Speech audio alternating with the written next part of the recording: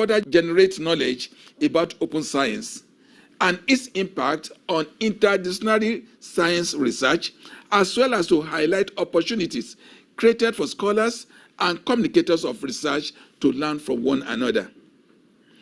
Ladies and gentlemen, in line with this, and to commemorate this year's celebration, the AAU has lined up a rich program which commences today with this session that will lay the foundation for the discussions on the open science theme throughout this week. Later this afternoon, our North African Regional Office in Cairo, Egypt, will also host their Africa Universities Day celebration virtually, and I invite all stakeholders to join this session as well. On Tuesday, we invite you to participate in a webinar featuring the International Universities of Applied Sciences, Germany, and a discussion on potential collaborations with other AU member institutions in the delivery of globally recognized academic programs. Wednesday promises to be another great day, and we will be learning from eminent speakers from the African Open Science Platform, University of Cape Town, SPARC Europe, and the Training Center in Communication, TCC, Africa. On Thursday, we shall be having a session to disseminate the outputs from the East African pilot of the demographic fix of African faculty study. We will also be featuring our partnership with e-Learning Africa on the AU e-Learning Africa Learning Management System and the training courses available on this platform. Friday, ladies and gentlemen, is our main celebration of the day that the Association of African Universities was established. Normally, this day falls on the 12th of November. The president of AU will make an address. Prominent speakers from the Center for Science and Technology Studies at Leiden University, No Center in Australia, and the Open Access 2020 initiative will grace the event on Friday. I'm also aware that many higher education institutions have organized their own events to commemorate this year's Africa Universities Day. I appreciate your effort in bringing your stakeholders to contribute to the dialogue concerning the theme for this year's celebration. Ladies and gentlemen, as I bring my address to an end, I wish to reiterate the AU's commitment to continue working with you all in ensuring the achievements of the goals of the Continental Education Strategy for Africa's successor and the Agenda 2063 as we aim to build stronger higher education institutions in Africa. I wish to encourage all of you to actively participate in this week's session, and I look forward to you joining us throughout the week for the celebration of this year's Africa University Day. I wish us all fruitful deliberation. Thank you for your attention.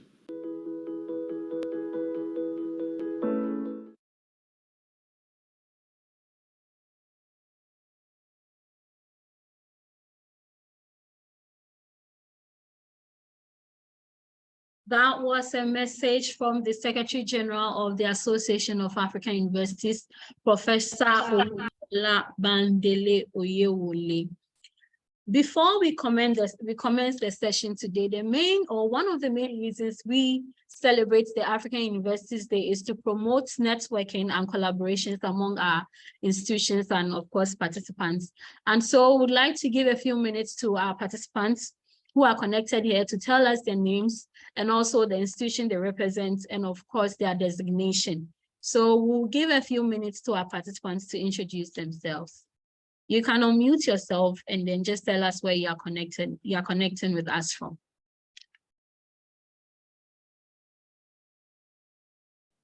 Hello, good morning. Hi. I am coming from the Ministry of Higher Education, Research, Science and Technology here I'm the Director of Research. We would like to see your face if you don't mind.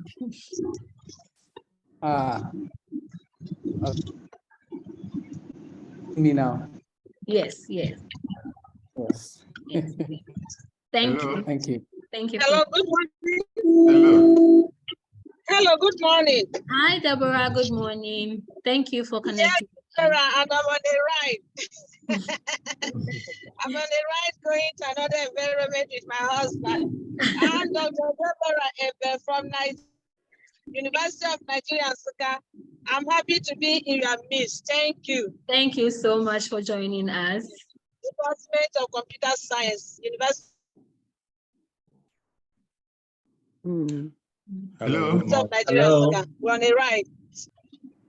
Thank Hello. you. Hello. I'm Professor Jueria Badamasi from Bayero University, Kano. I'm from the Faculty of Law. I'm happy to join the program. Thank you for joining us. Thank Hello. you. Hello, Mr. Hello. Dr. Gideon. I am Dr. Gideon, Senior Research Fellow in Nigeria Institute of Social and Economic Research, Ibadan. God bless you. God bless you. Thank you for connecting. Hello. Hello. Hello. Hello. Hello. Dr. Shongwe speaking. Elmon Shongwe from Southern Africa Nazarene University is a committee member of the research committee of the university. Dr. Shongwe, we can't hear you. Can you speak up? Oh, it's Dr. Shongwe Elmon. I'm from the Southern Africa Nazarene University in the research committee. Thank you. Thank you, Dr. Shongwe. Hello. Good morning. Hi. Hello. Hi, Rolanda. Hi. Yes. Please tell us your name and where you are connecting us. Hello. Hello. Hello. Hi. Yes, I'm Professor Elizabeth. yes, Eba. Yes. State University, Abakaliki, Nigeria. I'm a professor of economics. Nice meeting you. Hello. Hello, Grace. Kindly Hello, can I introduce myself? Hello, I'm Professor Nyero Tomukari. I'm joining from Delta State University, Abraka in Nigeria. Thank you. Thank you so much. Hello. Hi, Grace. Hello. Good morning. Good morning. Thank you for joining us today. Yeah, my name is Grace Adebola. Yes, thank you. How are you? We are doing well, thank you. I'm calling from, I'm a lecturer in the Department of Food Science, Ladoke University of Technology, Ogbomoso, Nigeria. Thank you. Thank you for joining us. Hello. Hello. Yes, thank you. Bye. Hello. Yeah, good morning, everyone. My name is Dr. Tando Bismarck from Abidjan Graduate School of Management, and I'm director of Graduate School of Management. Thank you for joining us, Dr. Bismarck. You're welcome. Hello. Hello, Christian. Thank you very much. I'm Professor Christian Ezala. I work as a full professor of pharmacology at the Mulungushi University in the southern province of Zambia. That's in Livingstone. Thank you very much. Thank you so much, Prof. Christian. Hello, good morning. Good morning. Yes, I'm Professor Atanga Desmond Funwe from Kesmont International University. I am the president of the governing council of the university. Thank you very much. Thank you so much for joining us, Prof. Atanga. Hello. Yes, hello. I'm Dr. Mari Rajan, Deputy Vice Chancellor, Research and Innovation, UNICEF University, Zambia. Thank you for joining us. Hello. Hello. Hello, I'm Professor Edrini Kayamba-Zintu from the University of Malawi. I'm the Acting Quality Assurance Director. Thank you. Thank and you good for morning. joining us today. Good morning. Hello, good morning. Good morning. I'm Kolawole Adebayo. I'm a professor in the Department of Agricultural Extension and Rural Development at the Federal University of Agriculture, Abeokuta in Nigeria. Thank you so much, Kolawole. Hi, everyone. Good morning. My name is Sarah Kibirige. I'm the Director of Library and Information Services here at SMU. SMU is short for Sefako Makato Health Sciences University. Glad to be part of this team. Thank you so much for joining. Hi. Hello. Hello. Hello. Hello, Anna. Hi, how are you? Yeah, thank you. Okay, I'm Ana Piedade Monteiro from Mozambique at the Center of African Studies. We cannot really see you. I'm saying that I'm Anna from the Edward Mondlane University. Is it at the Center of African Studies? Okay. Thank you for joining us today. Hello, good morning. Good morning. Hello. Yeah, I'm Solomon Iliadewa by name from Thomas Adewumi University here in Nigeria. Good to be on ground here. And thanks for having us. Thank you so much for joining us. Hello. Hello, Moses. Hello. Hello. Hello. Yeah, my name is Severino Machingambi from the University of Mpumalanga, South Africa. I'm a Deputy Director in the Academic Support Services Division. Thank you. Thank you for joining us. Hello. Hello. Yeah. My name is Dr. Obadenuga Olusegun from National Open University of Nigeria. Thank you for joining us, Prof.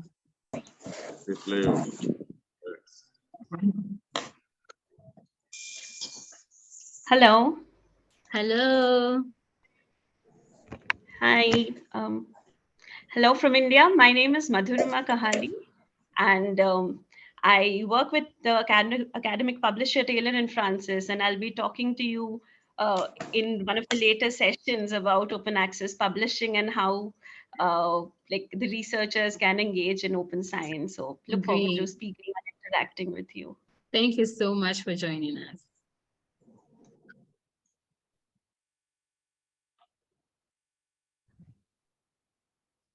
Okay. Hello. Hello. Hello. Good morning. Hello. Good morning, everyone. Good morning. I'm Mrs. Tayekande from Laswedge, Lagos. Thanks for having me on this platform. We can't see you.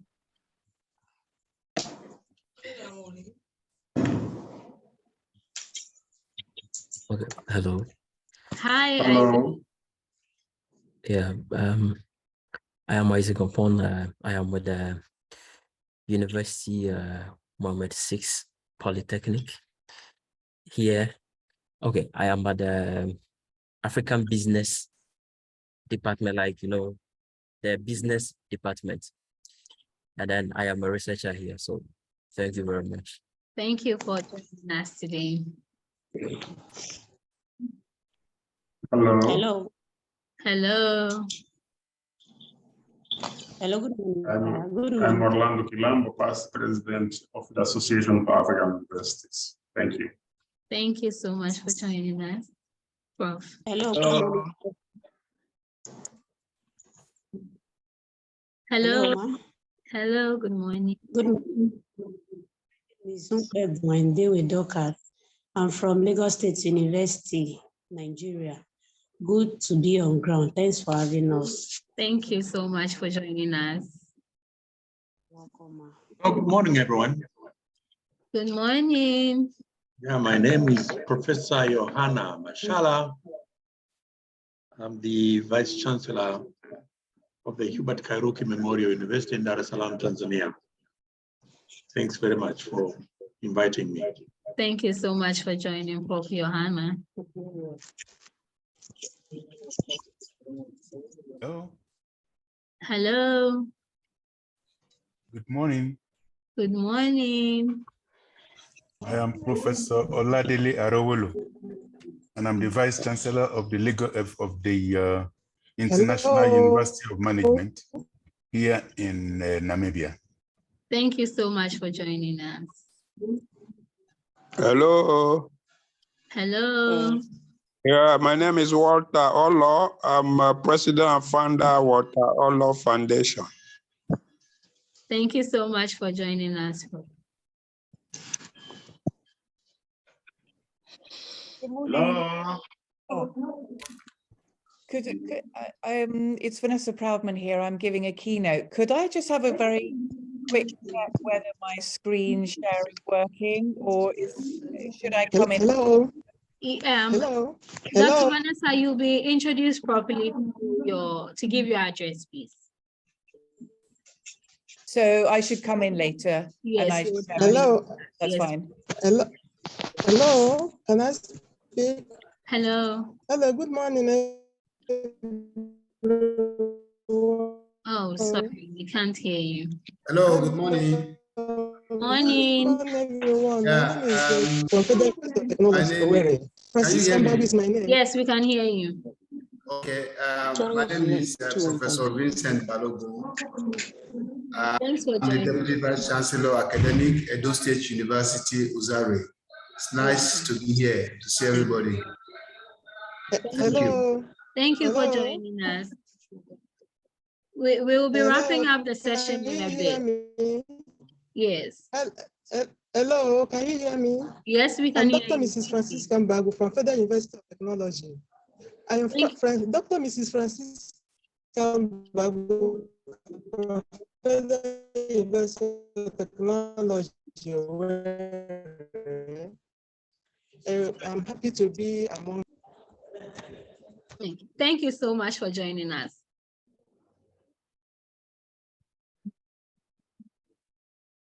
Hello. Hello. My name is Dr. Charles Banda. Greetings from Zambia. I'm the University Librarian at the University of Zambia. Thank you. Thank you so much for joining us, Prof. Okay, I think we would have to wrap up the session, the introduction session. And then, because I see some of our speakers here currently, I would like to introduce Mrs. Felicia Kwame, who is the Senior Communications and Publications Officer here at the UAE. So, Mrs. Felicia, kindly take the floor. Thank you very much, Naomi. Sorry, I think there's a bit of a feedback. You might have to mute it. Can you confirm if the sound is better now? No, there's still the feedback is still there. Okay. Sorry, have you muted it? Okay. Thank you very much to all our distinguished holders who have joined us today. I think from the introductions, it's actually been evident in terms of the profiles that we have connected here. I was listening carefully. We have vice chancellors, we have presidents, we have librarians, we have academics and researchers, we have some students joining us as well. And so I think we are really grateful that all of you responded to the AAU's call and you've been able to join us from the beginning of this celebration, actually, since Monday. And we appreciate that. And we look forward to engaging with you and having, continuing the critical discussion centering around open science. And we know today and the rest of the week would be no different. I'm here briefly just to talk about our upcoming Conference of Rectors, Vice Chancellors, and Presidents of African Universities, what we call the CORIVIP. And CORIVIP is hosted every 2 years. And so the next one is hosting or is being held in year 2023. And it's coming up in July at a venue to be communicated soon. The last one we did was a virtual event, obviously due to the COVID-19 pandemic's restrictions, but this time we will be holding it physically. So COIVIP, as I mentioned, is the Conference for Rectors, Vice Chancellors, and Presidents of African Universities, and it is an assembly of the chief executives, officers of the AU member institutions or their representatives.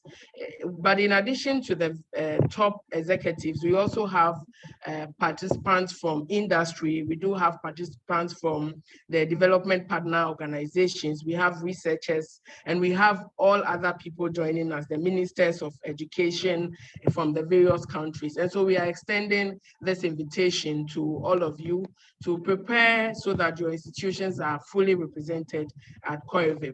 The topic or the theme for the year 2023 COIVIP is Advancing Excellence in African Higher Education. That's the overall theme, but there are other sub-themes, and these are related to doctoral education. We also have a sub-theme on institutional differentiation. We have another sub-theme which is focusing on partnership, cooperation, and internationalization. And then another one on university industry linkages. Then sub-theme 5 is on funding and financing, whilst the last sub-theme is on the role of intellectual diaspora, since you know, we do have a huge untapped capital of intellectual diaspora who are Africans. And so these are the key sub-themes for COIVIP 2023. And then currently we have a call for hosts, which is out, which is closing soon, I think by the end of this month. And so if some of your institutions are interested in hosting COIVIP 2023, the call is still open. It's ending by end of this month. And currently also there's the call for papers. So the call for papers, the papers should actually come from any of the sub-themes which I elaborated earlier, and that call is also out. As the event progresses, I'll be sharing the link on the chat so that people can actually, the chat box, so people can go there and read more information about the COIVIP, the call for posts, the call for papers. It would also be available via our website and via the AU social media channels. You can also directly contact the Secretariat, be it the Secretary General or any of the staff here, and then we'll give you further information.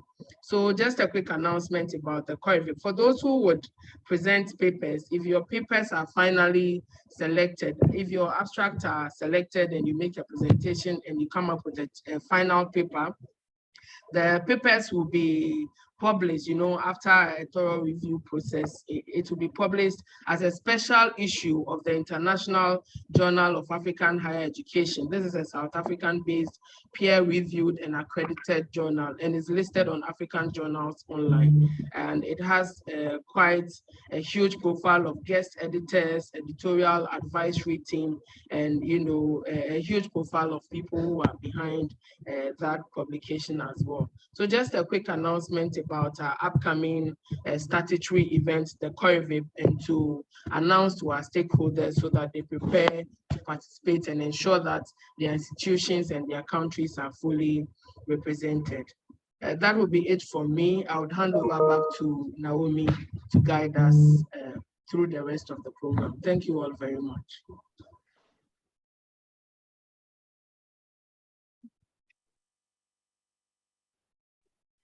Thank you so much, Felicia, for that information. And so, like she said, COIVIP is just around the corner. We are calling for hosting and for papers. So if you are ready for any of them, if you have response to any of them, you can just send us an email via our official email addresses, and then you'll be attended to. Thank you so much. I would now call on Ms. Comfort Yeboah, who is a Sales and Marketing Officer for the African Jobs Board project at the AAU, to make a presentation, just a brief presentation on what the African Jobs Board is about and what it seeks to do. So Comfort, if you are here, kindly take the floor. Thank you very much, Ms. Naomi. Please permit me briefly to share my screen.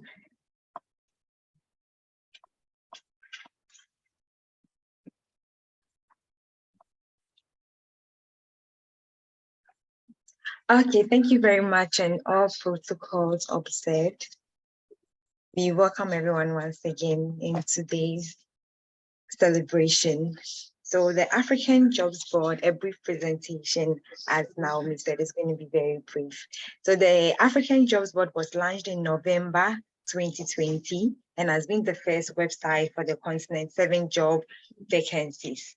So this platform was launched, or it came about mainly because we realized there is a problem that needs to be solved in higher educational institutions. We realize most higher educational institutions do not have avenues or ways of advertising their job vacancies. So the Jobs Board team here in the Association of African University came up with this platform that is the African Jobs Board platform, where you can advertise your job vacancies for a wider audience. And then the African Jobs Board aims to increase academic mobility by also providing professional service roles within Africa, and then also to support continental recruitment. Now, the project's objective. Firstly, is to retain and cultivate excellence within the African continent, also to gain knowledge about the African academic job market using data and statistics produced. And also another objective is to provide career guidance to help job seekers hone their talent. We are very much particular with this. And so from time to time, the team organize webinars, and then very soon in December, we are going to organize, December or early next year, we are going to organize our next webinar. Finally, to also share employment opportunities in higher educational institutions across the African continent.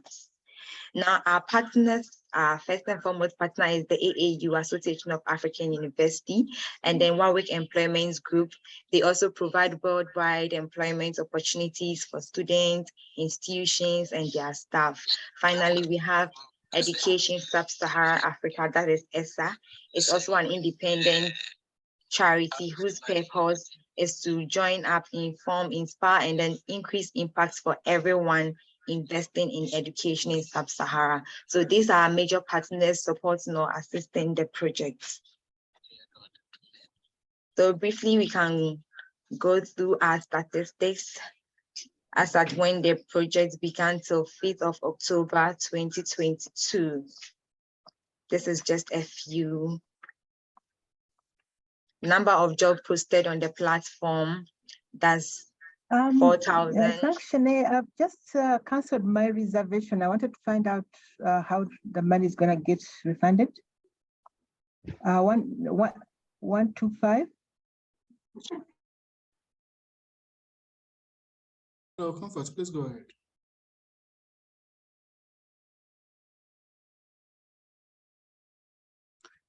Comfort, you are muted.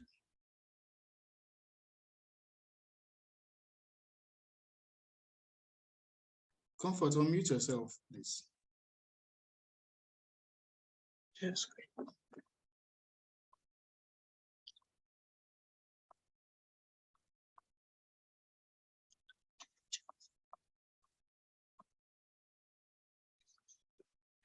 Okay. So sorry about that. Okay, so now the statistics as at when the project started till now, till 5th October 2020, we have number of jobs posted on the platform, 4,116. The number of employers on the platform, 261. Number of social media engagement rates, 96 rates, 49.6% engagement rates. And we have the users or sites visited by the job seekers, over 30,000 job seekers applying for jobs on our platform since inception. And it goes on.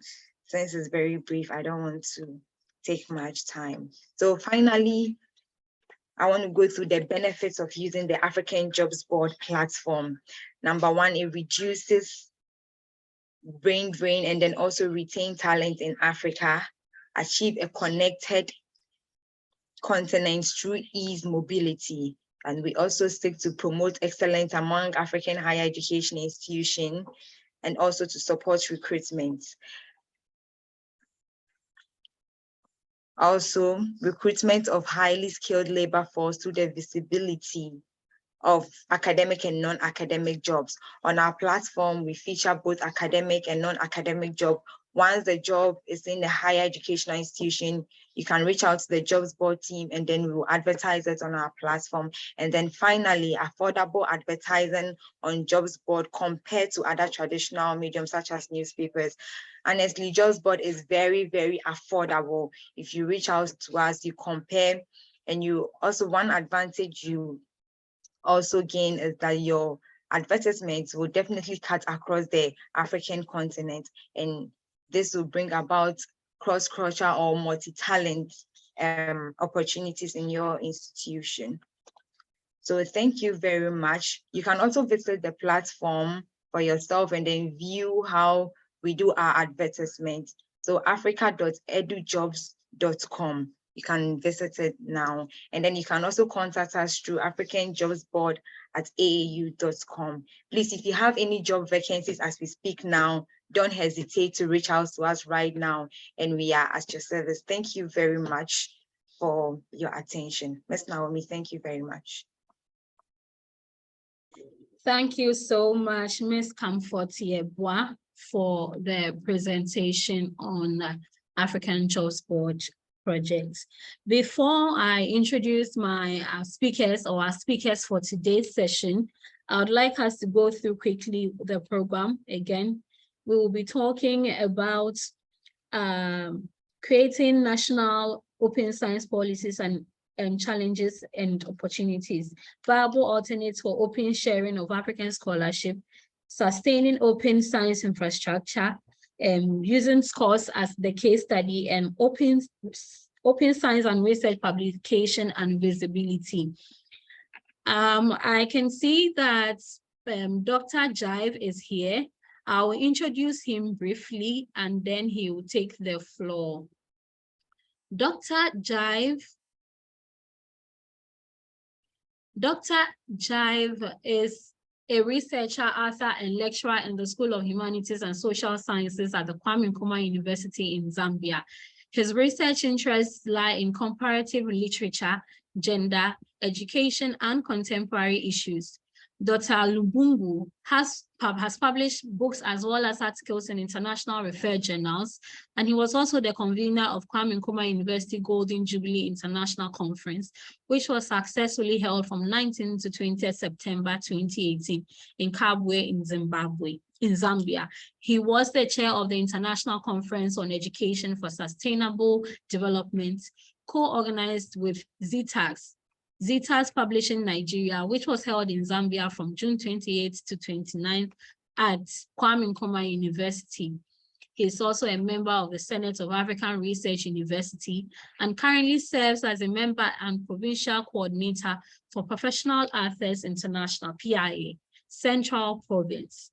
Dr. Jive is also a member of the Zambia Textbook Academic and Non-Fiction Authors Association and the Authorship and Career Network in Zambia. He's also a member of Educational Research Association of Zambia, among others. Without further ado, I would like to call on Dr. Jive Lubungu to take the floor to do his presentation. Thank you.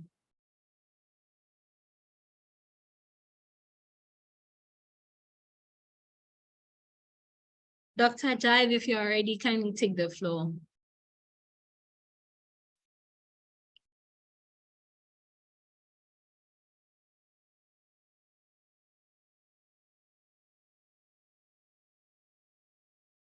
Dr. Jive?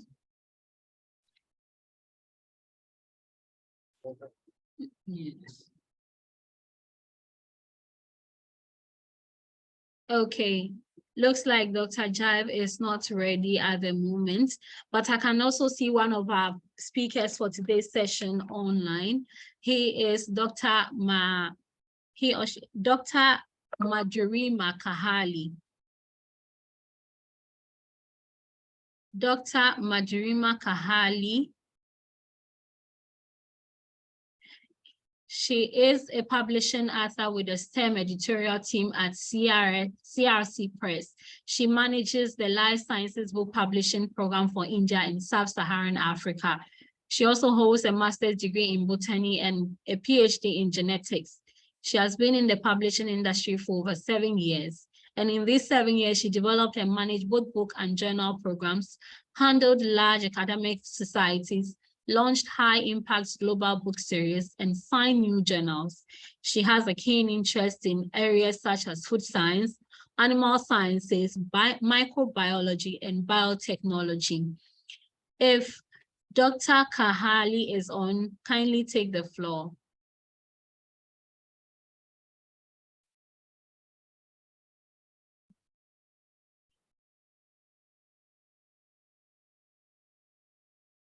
Dr. Kahali.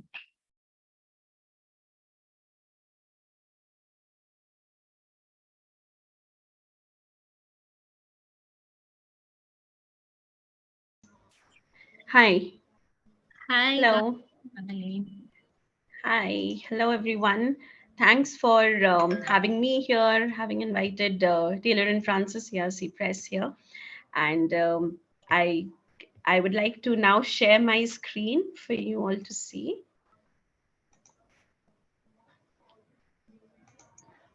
Please let me know once you're able to see my screen. Sure. Yeah. Right. So is it visible? Is the presentation visible to you all?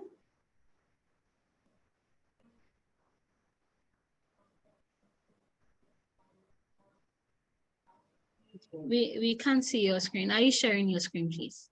Yeah, I've shared my screen. Is it not visible?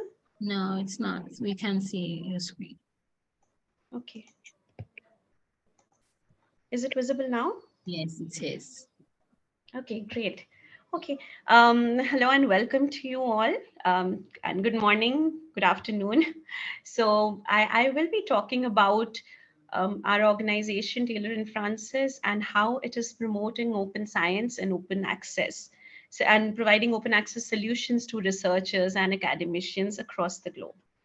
So we have our offices throughout, like across the globe, from India, UK. We have colleagues in Africa, Singapore, Australia, and we provide local expertise and support to various stakeholders, ranging from editors, societies, institutions, and authors.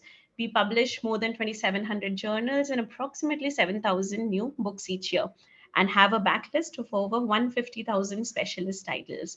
Under the Taylor and Francis group, there are a number of imprints that we publish, ranging from Routledge to CRC Press, which I'm a part of. There's F1000 Research, which is our open access platform. And then there's Dove Press, the medical journal. Why do you need to publish open access? Firstly, thanks AAU to host this very important session for the researchers and academicians that are there. And I think it's very important that there is a growing awareness of open science and open access and open literature, so that there's an easy flow of information, and then information that is produced in labs across the globe are available for people, researchers across countries, across regions to access and build upon. So our company, Taylor and Francis, offers a variety of publishing options to ensure that research that is published is available to all without any restriction, and it reaches the right audience for maximized discoverability. And what are the various solutions that we have to help researchers support in this endeavor? So we have these fully open access journals and platforms. There are also subscription journals in which we have the option of open select, or publishing open access articles in otherwise subscription-based paywall journals. And finally, we have a great range of open access books that are there. And with these journals that we have, there's high visibility and discoverability of your work that it provides you with. And you should also not think that these open access articles or open access books are not peer reviewed or do not undergo the normal rigor that every article does. So we have a rigorous peer review system for every open access article and even book proposals that are there. And we have rapid online publication, which allows you to share your work quickly. There's a global marketing team and sales team, which ensures that your article reaches the people you want it to. We have expert editorial boards, which properly curates the content and then publishes it for the audience. And with open access publications, the author gets to retain the full copyright of your article. Now I'll quickly talk a bit about the open access scholarly book program that we have. So we publish some great open access books. These are world-class books which are highly cited. In fact, we have a lot of great books from sub-Saharan Africa as well. In fact, you should visit our website, www.crcpress.com, and check out what this amazing range of books are there. These are highly cited. They address the current gaps in literature and are relevant for readers across the globe. We had, and as an example, I'll show you this. So this is a summary of, how can you propose a book? Say, I'm sure in the audience, there are a number of people who have published journal articles, maybe book chapters, and there would be some book authors as well, or at least potential prospective book authors. For their benefit, I'll just quickly go through the book proposal, like how you can propose a book and then get it published. So the first step for any potential author is to submit a book proposal to the publisher, which is to us. We do an internal editorial assessment, and this is true for both subscription-based or paywalled content as well as open access book. There's an initial peer review which takes place, and we send out the proposal to experts across the globe to have a look and comment on the proposal.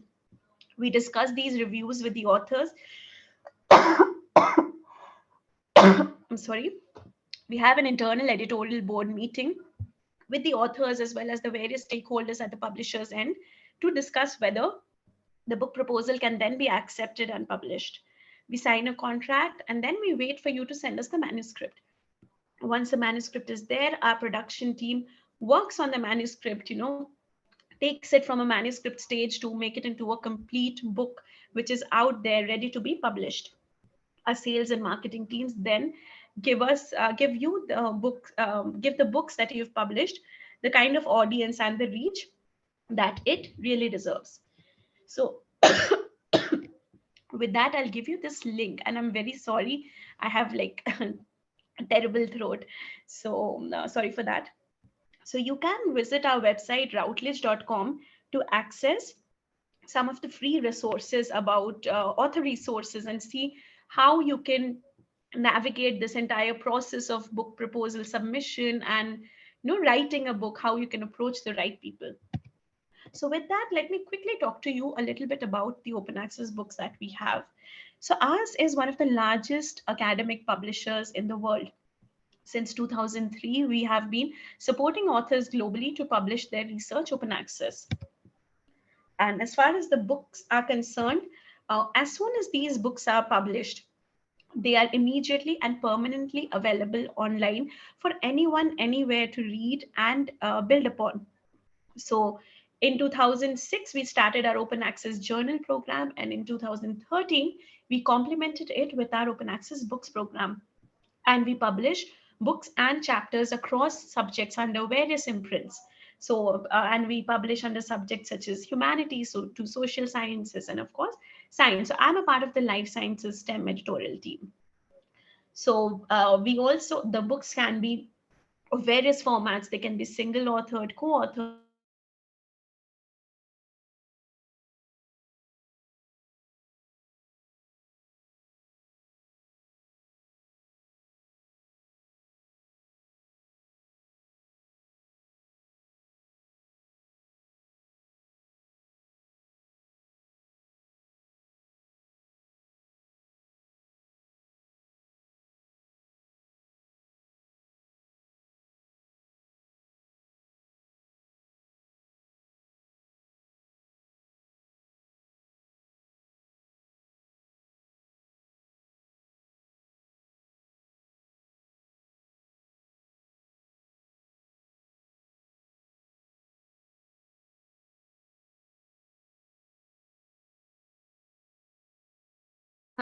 sorry about that. I think we have lost Dr. Kahali. Let's give her a few minutes and see if she would reconnect, but I think we've lost her.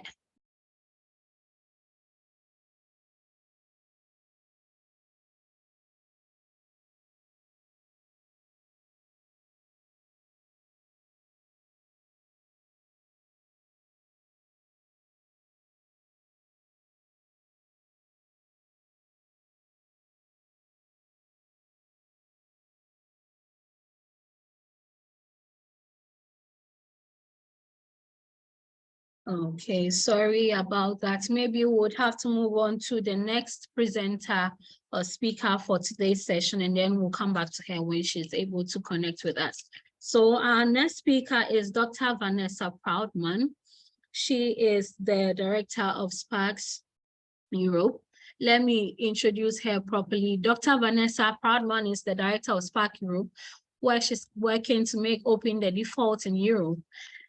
Dr. Vanessa has 20 years of international experience working on open access, open science, open culture, and open education with many leading universities and libraries worldwide from over 20 countries.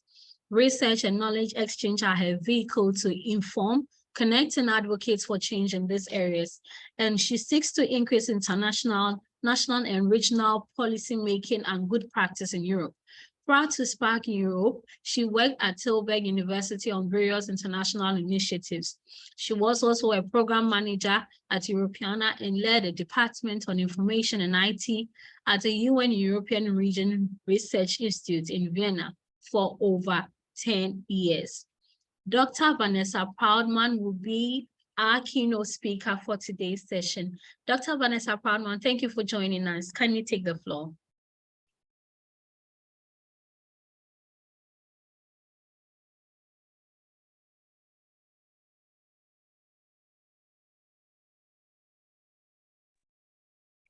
Yes, thank you very much for those very kind, welcoming words. I also have a bad throat, I'm afraid, so excuse any coughing. So esteemed guests, thank you very much for the invitation to speak to you today. Let me just check that I can share my slides with you. Can I share my screen? Could somebody enable that for me? That would be excellent.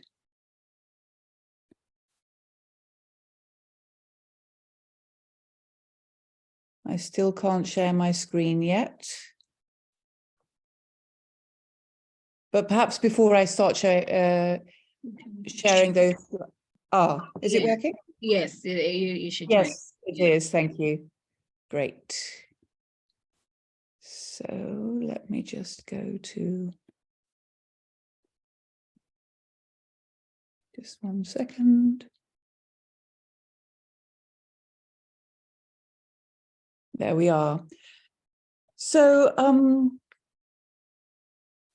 the world really depends on our universities to innovate, research, and answer some of our most pressing problems. And it's our institutions that are really facilitating open, equitable access to that excellent knowledge, and thereby increasing access and the visibility of our institutions.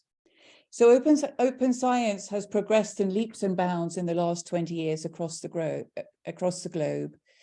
And I would like to focus on particularly the infrastructures or the services that help us implement our open science policies, that ensure open access quality, and that supports institutional publishing.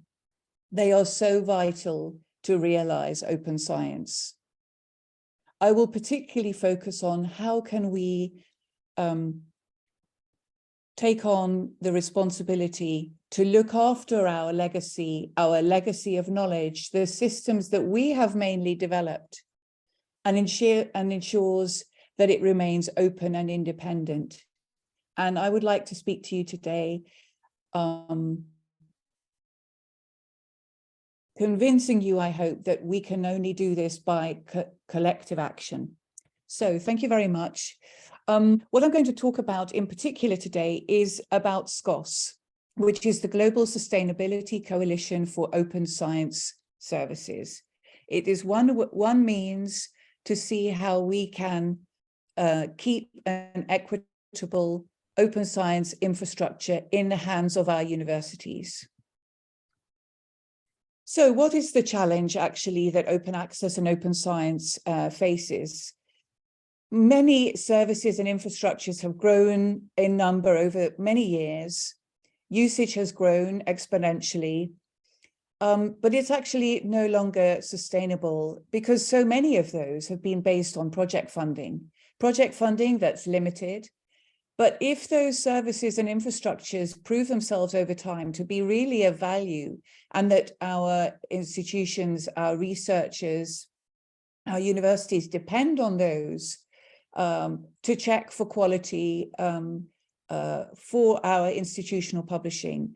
And if that project funding runs out and there is instability in funding those infrastructures, that is a big concern for us.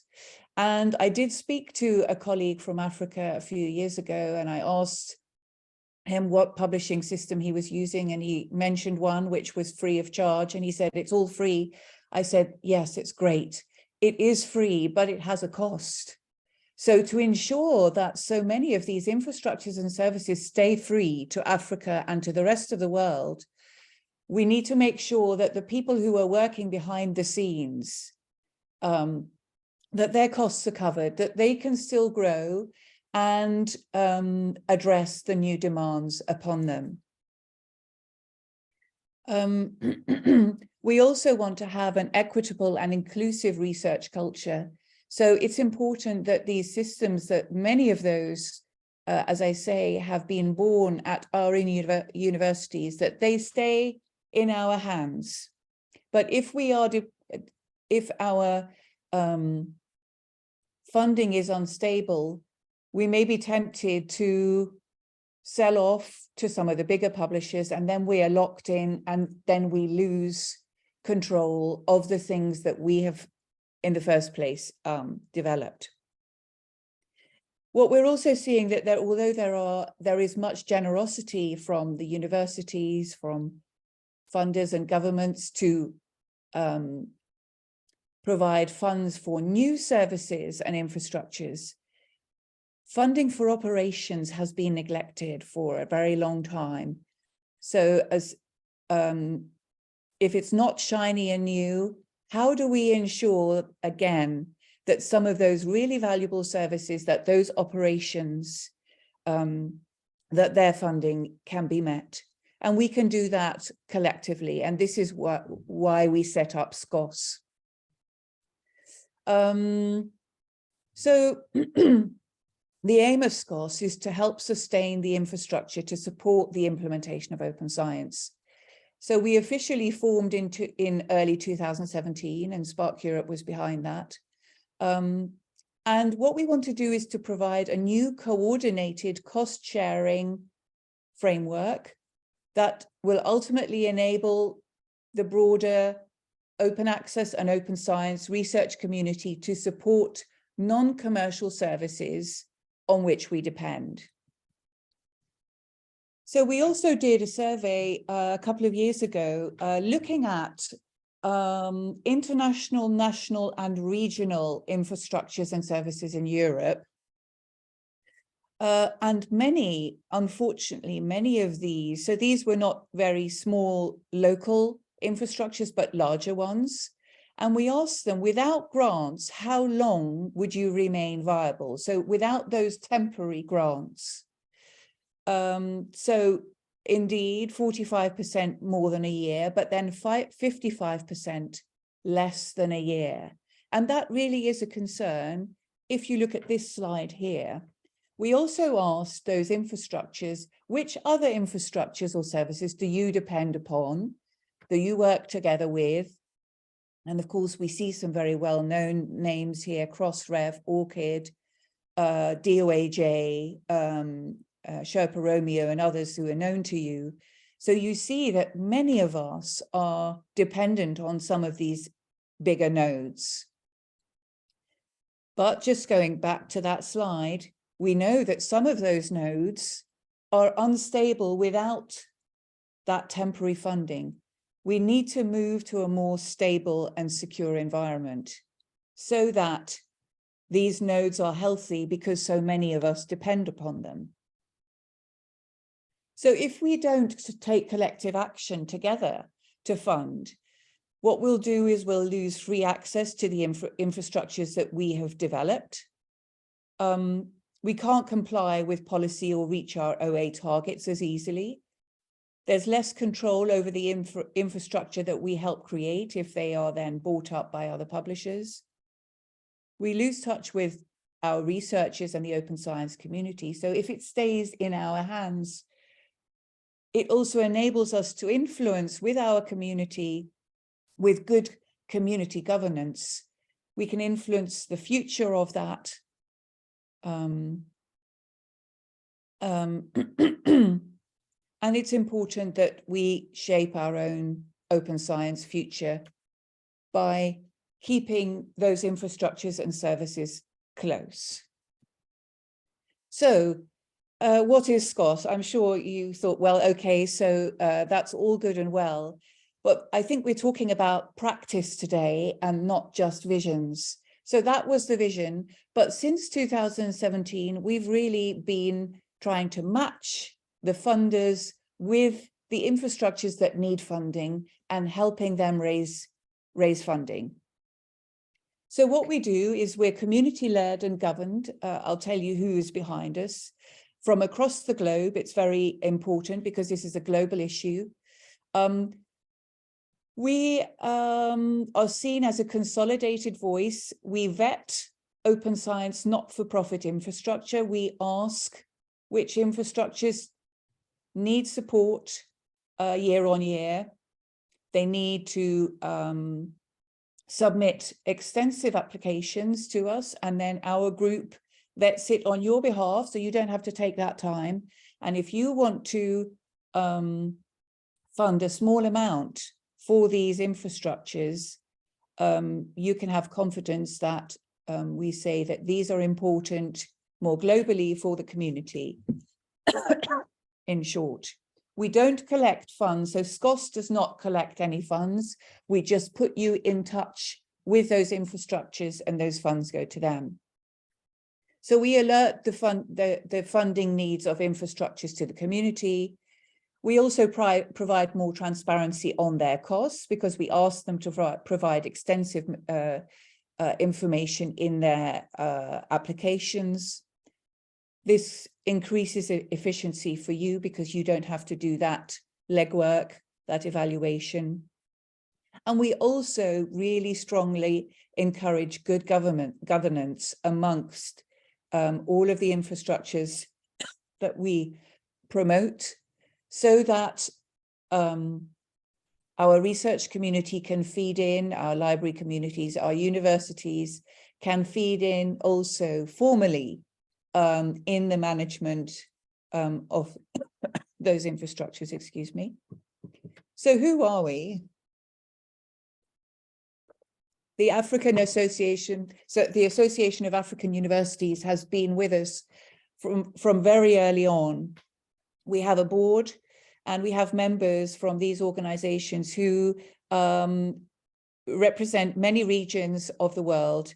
SPARC Europe takes the lead and has the legal responsibility for SCOSS, but we also have the European Libraries Group, LIBA. We have the Council of Australian University Librarians, the Canadian Association of Research Libraries, the American one. We have IFL, who of course you know very well. And then we have a couple of, we have Latindex from Latin America, who have very good connections across the continent there. And then we have a couple of other organizations. We have the Ministry for Research and Innovation in France that has a very big fund, and they're very generous. And we have the Qatar National Library. So we have experts on board who do the vetting. We have members on our board. This is what SCOSS governance looks like. Members of those organizations you just saw sit on the board and make strategic decisions also on what we recommend year on year. The advisory group are particularly information specialists and experts who understand what is needed by the community. And we also have the executive group, which looks after these infrastructures, who helps raise funds and is the outward face to the community. Geographic diversity is absolutely essential, as you see with the makeup of our members. and they're mainly coming from universities and libraries, and as I say, with a sound understanding of open science needs.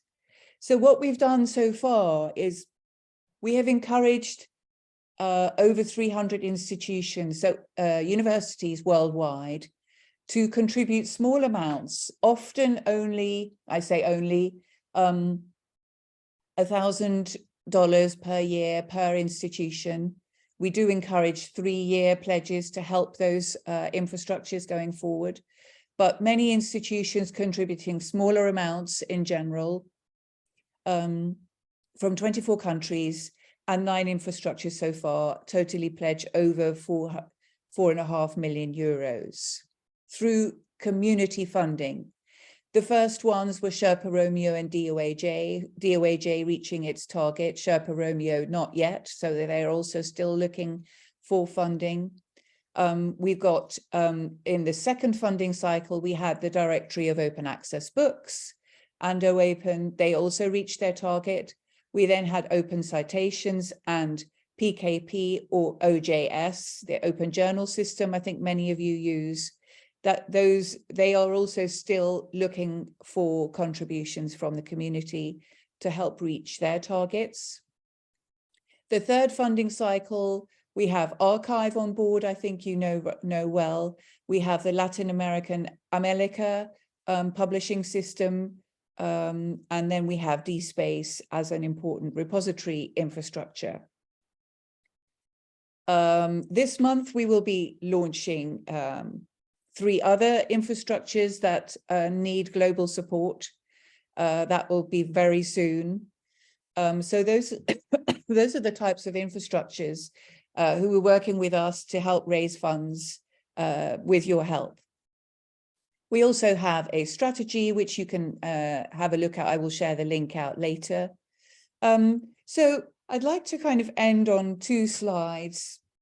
So as I say, we recommend essential infrastructure to the community, and you can all contribute in small amounts, helping those infrastructures that mean something to you and your institutions. But I'd like to speak to some of you in the audience, either as senior officials of universities or infrastructure or service providers yourselves. Yeah. Housed at your universities, owners and creators of open science infrastructure. So what can you do in this space? So not just looking at SCOSS, SCOSS is one way to help fund infrastructures. What we think is important more and more is to promote good governance. That if you also want to encourage and stimulate that others fund your infrastructures, that the community can engage with you and that they have a voice, and that will also encourage them to commit more. And this can, of course, be in-kind contributions as well as financial contributions. We'd like to also promote that all infrastructures use open standards, open source, and open principles, so that we really connect this diverse system to make it a really good, thriving ecosystem.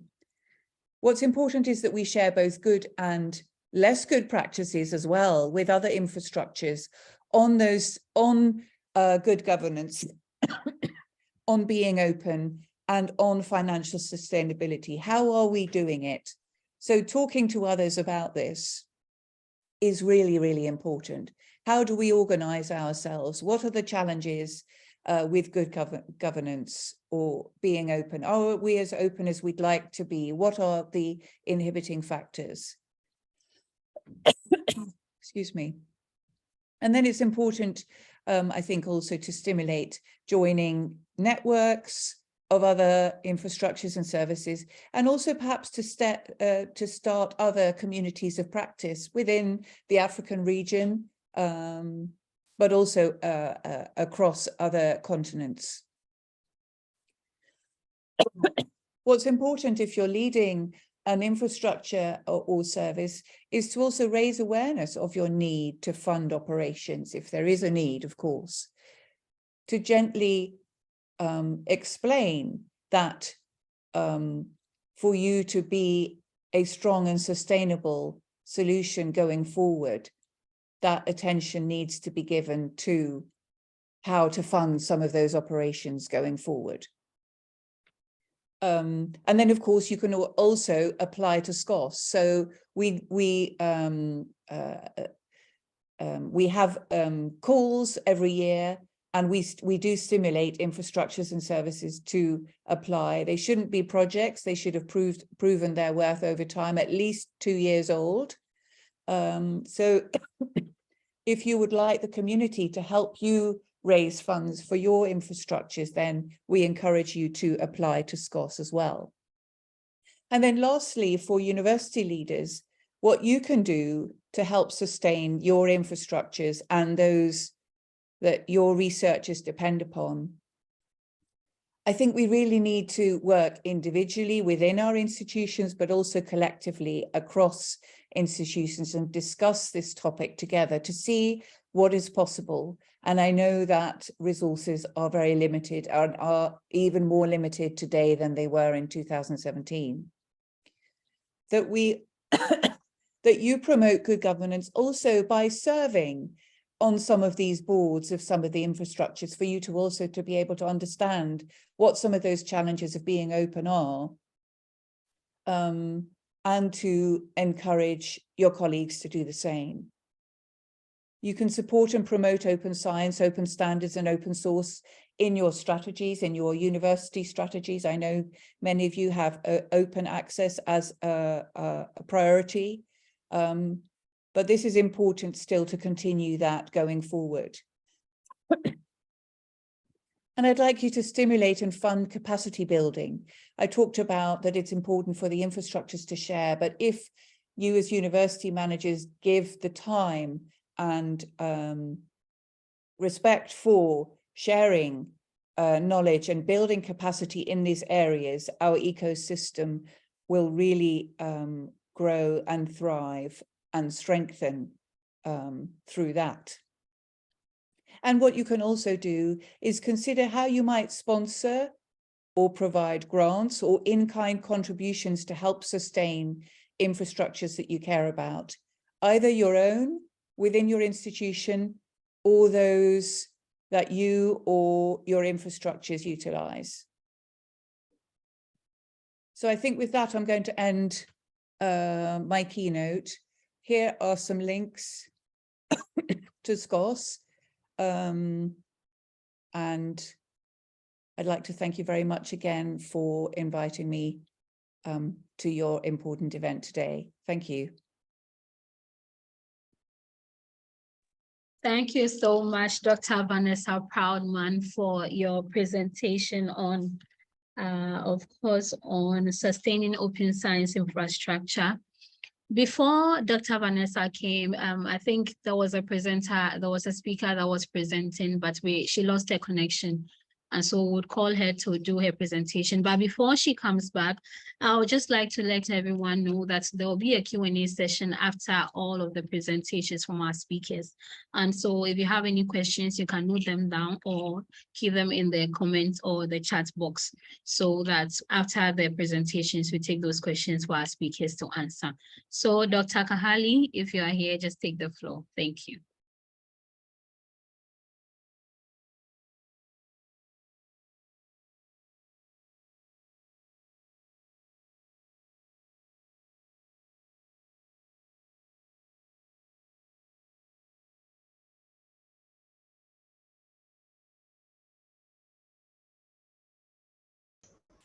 Hi, thank you so much, and sorry for the inconvenience before. I was logged out because of some network issue. So I will start my presentation where I left, and I think as far as I am aware, I stopped at giving out some author resources. So let me just share my screen again with you.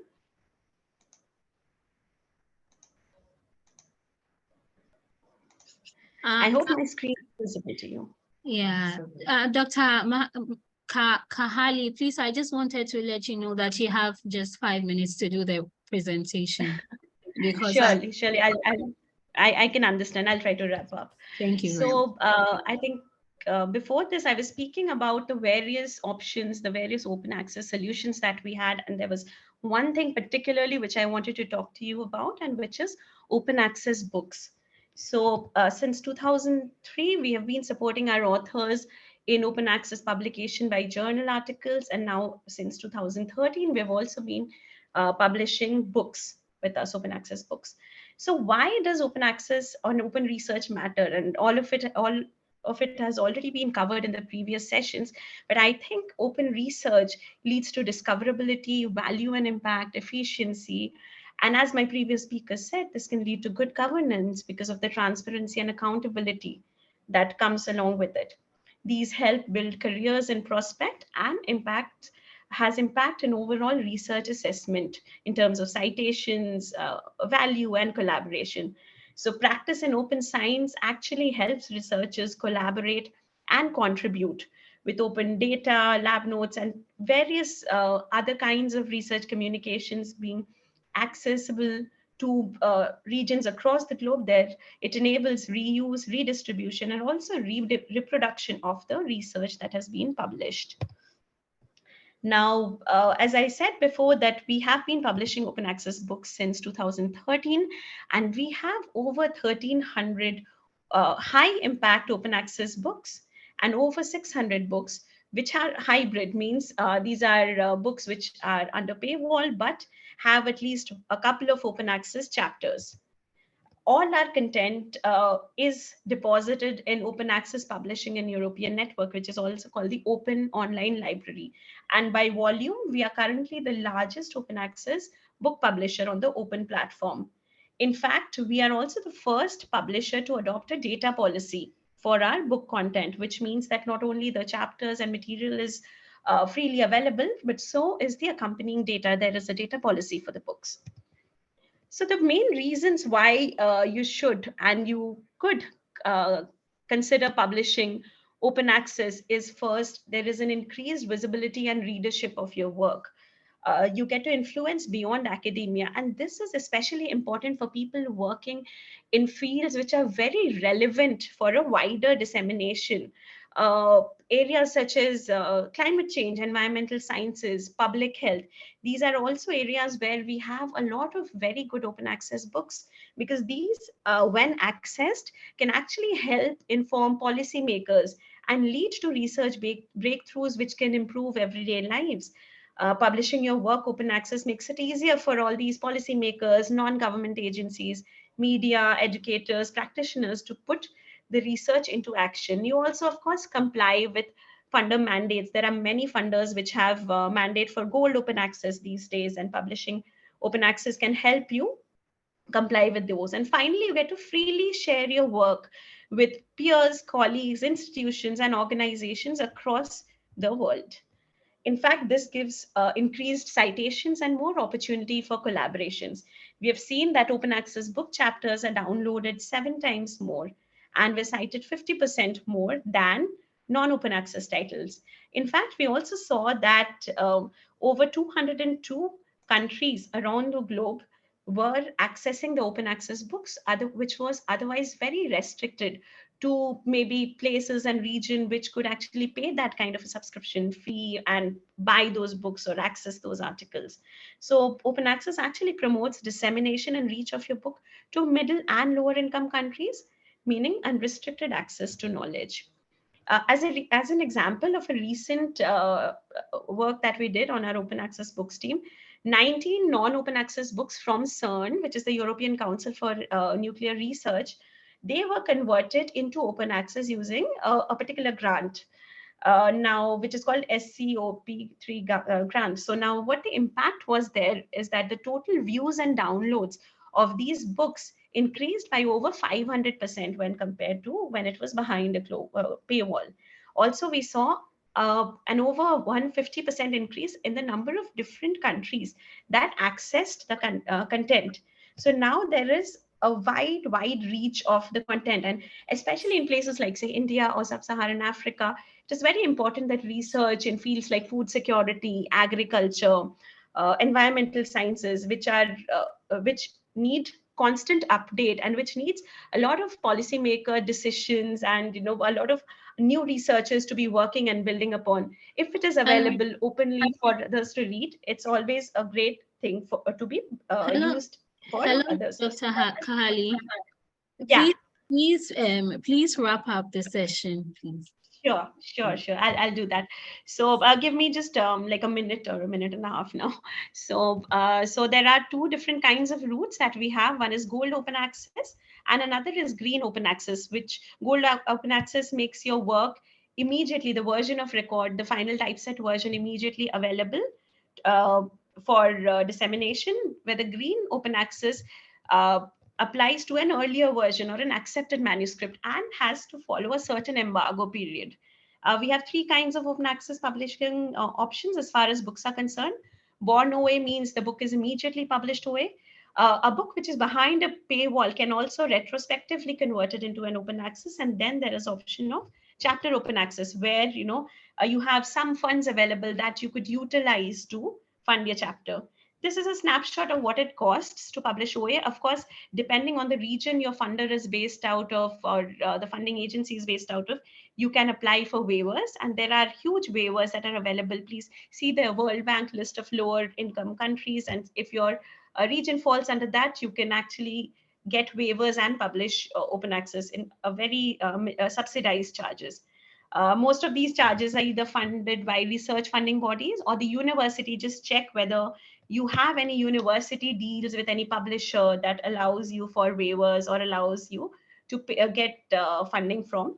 And finally, we are working towards an open research ecosystem. We want to transition to an open, equitable, and transparent research ecosystem with growing interest in open educational resources, developing innovative funding models and partners. We want to collaborate a lot more with regions across the globe in this movement towards open. So with that, I'll just give a snapshot of the collaborators that we have across the globe. And if there are any questions, please feel free to write to me. You can reach me on Twitter and LinkedIn, and I'll be available for further Q&A at the later half of this session. Thank you so much for your attention. Thank you so much, Dr. Kahali, for your presentation. We'll now quickly move on to call Madam Joy Owango. Madam Joy Owango is the executive director of TCC. Let me introduce her properly. She is an experienced and an award-winning founding director of the Training Center in Communications, TCC Africa, an award-winning trust registered in Kenya, set up in 2006, and is the first African-based training center to teach effective communication skills to scientists. TCC is in partnership with the University of Nairobi, Kenya, and provides capacity support in improving African researchers' output and visibility through training in scholarly and science communication. She has a demonstrated history of working in higher education in both private university and non-governmental sector. She was a successful higher education practitioner with Clarivate Analytics and worked with the following governments: Kenya, Tanzania, Rwanda, Mauritius, Ghana, Senegal, and Burkina Faso. Now, as the director of TCC Africa, she is currently working with all 15 African countries that have committed to spending 1% of their GDP in higher education and research and development. Madam Joy Owango will be speaking or presenting on open science and research publication and visibility. Madam Joy Owango, if you are here, kindly take the floor to present. Thank you for joining. Thank you. Thank you. I decided to expand the talk, that focusing more in line with how do we increase African research visibility through strategic partnership, especially when you're looking at open science. And thanks for the kind introduction. So as a center, we are 15 years old. We are a research capacity trust based at the University of Nairobi in Kenya. And what we do is provide research capacity support in scholarly and science communication with the objective of increasing research visibility and improving research output. And hot on the heels of where scholarly communication comes in, obviously open science falls in, because one of the main aspects that help and aid in good quality scholarly communication is access to resources, visibility of research, and that is also possible through open science. Now, just to give context of what I'm going to be talking about is, by the time we are talking about strategic partnerships, we need to understand what is currently happening in the higher education sector in Africa. So far, at least 1% or at least 16 countries in Africa have committed to spend at least 1% of their GDP in higher education and STNI. And that means, and these are the 16 countries which are part of the Science Granting Council's initiatives.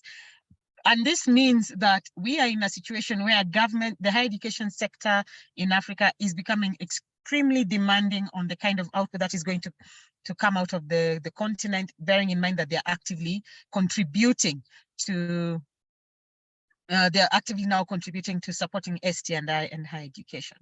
So if they're demanding on what is coming out of the continent, of course, they'll be looking at ways in which they can have strategic partnerships, and most importantly, ways in which they can increase the visibility of the output that is coming out of the continent.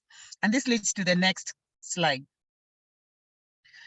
Now, the last 10 years, African researchers, and I'm talking about 54 countries, have produced over 1.6 million records. Yes, we have data going to the first few months of January. I mean, the first few months of Q1 of 2023. And out of this, 40.6 is open access. And we can clearly see an increase from 2018 when Plan S was mandated, and now you're seeing more researchers adopting open science and open access practices. Now let's look at ECOWAS, because this is AAU is based in Ghana and you're part of ECOWAS. So let's have a look at what's happening in ECOWAS, okay? So at a granular level, ECOWAS has produced over 493 publications. We're looking at the oldest data about any of the West African regions, the ECOWAS regions, coming back from 1697 to 2023. Of this, 8.2% is open access, okay? If you just narrow it down to the last 10 years.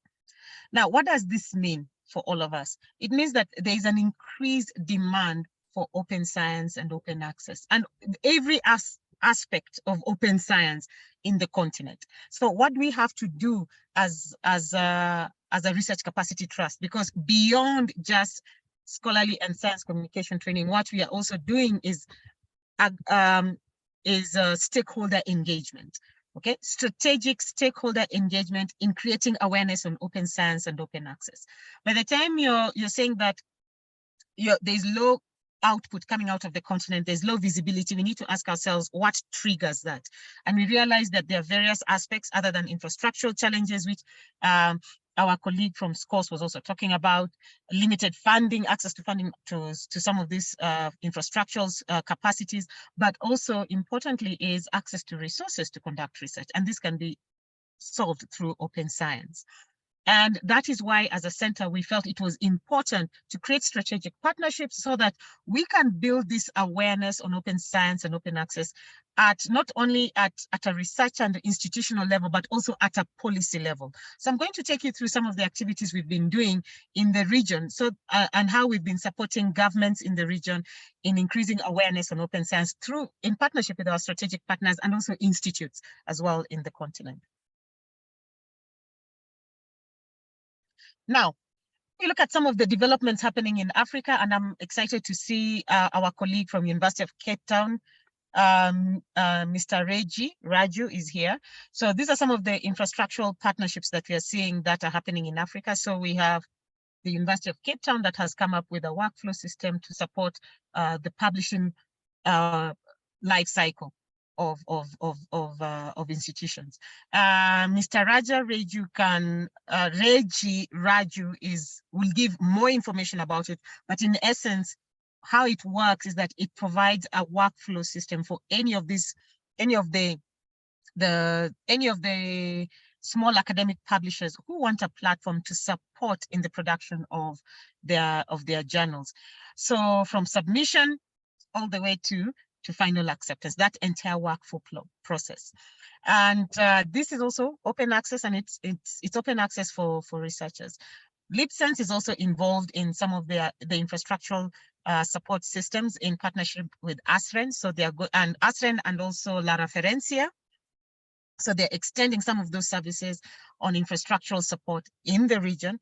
Of course, we have the African Open Science Hardware, African Open Science Platform, Africa Archive, which is working closely with TCC Africa, especially when it comes to providing a continental preprint server for African researchers, where they can start increasing the visibility of their research output, especially when they're going through their strategic journal selection strategy.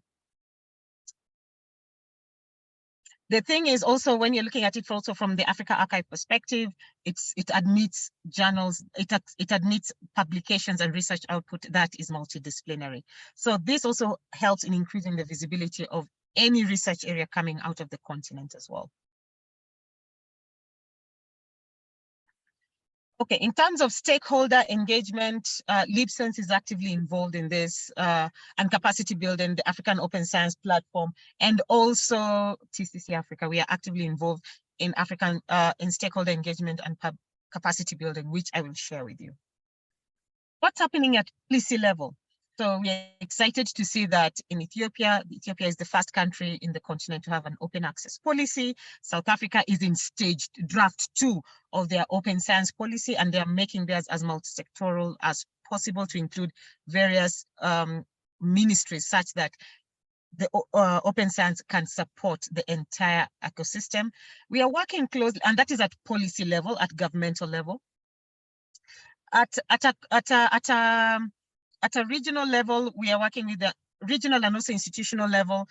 To begin with, at the institutional level, we are working with the Association of African Universities in creating awareness and training on the need to have open science mandates within the higher education sector in the continent, basically amongst the AAU members, but most importantly, making sure that we have a buy-in from the vice chancellors, thus increasing the open science mandates coming out of the continent. Because as we speak, 2022, today, to this day, we only have 36 open science mandates that have been registered in ROA.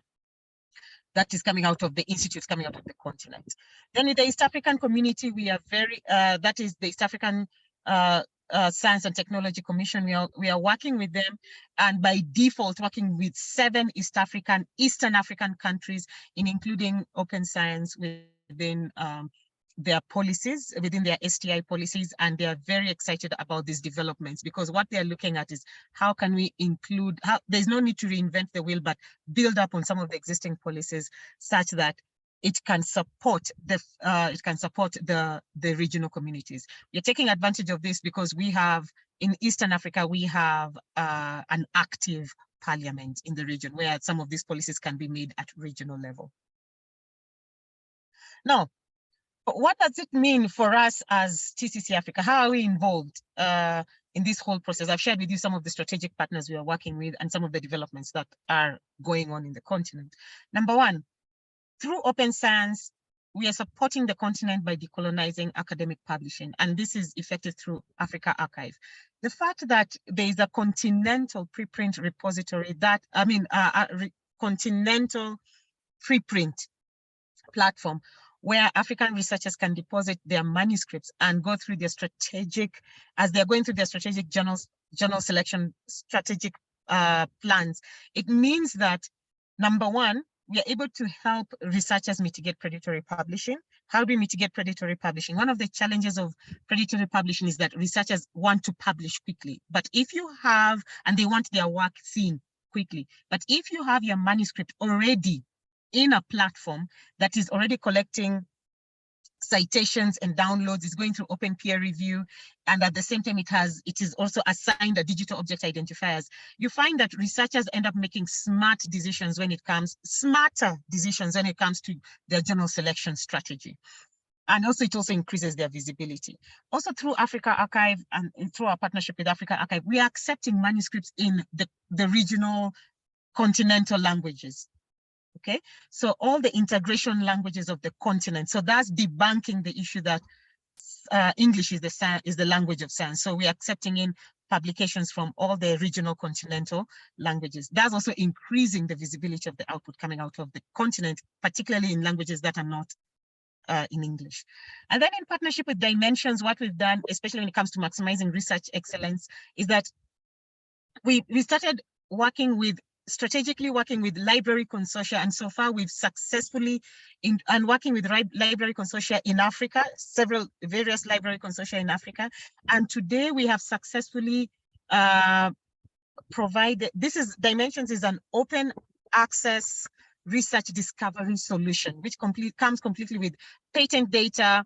It's a citation database, patent data, journal titles, publications, granting information, policy documents, and all this comes in free of charge. And we've successfully launched this in 13 countries in partnership with 13 library consortia, and in some countries, ministries of education, and in others also science granting councils. So we make sure that when we are working with our partners, we have a global North partners and also global South partners to offer strategic access to open science resources, which will increase the visibility of African researchers.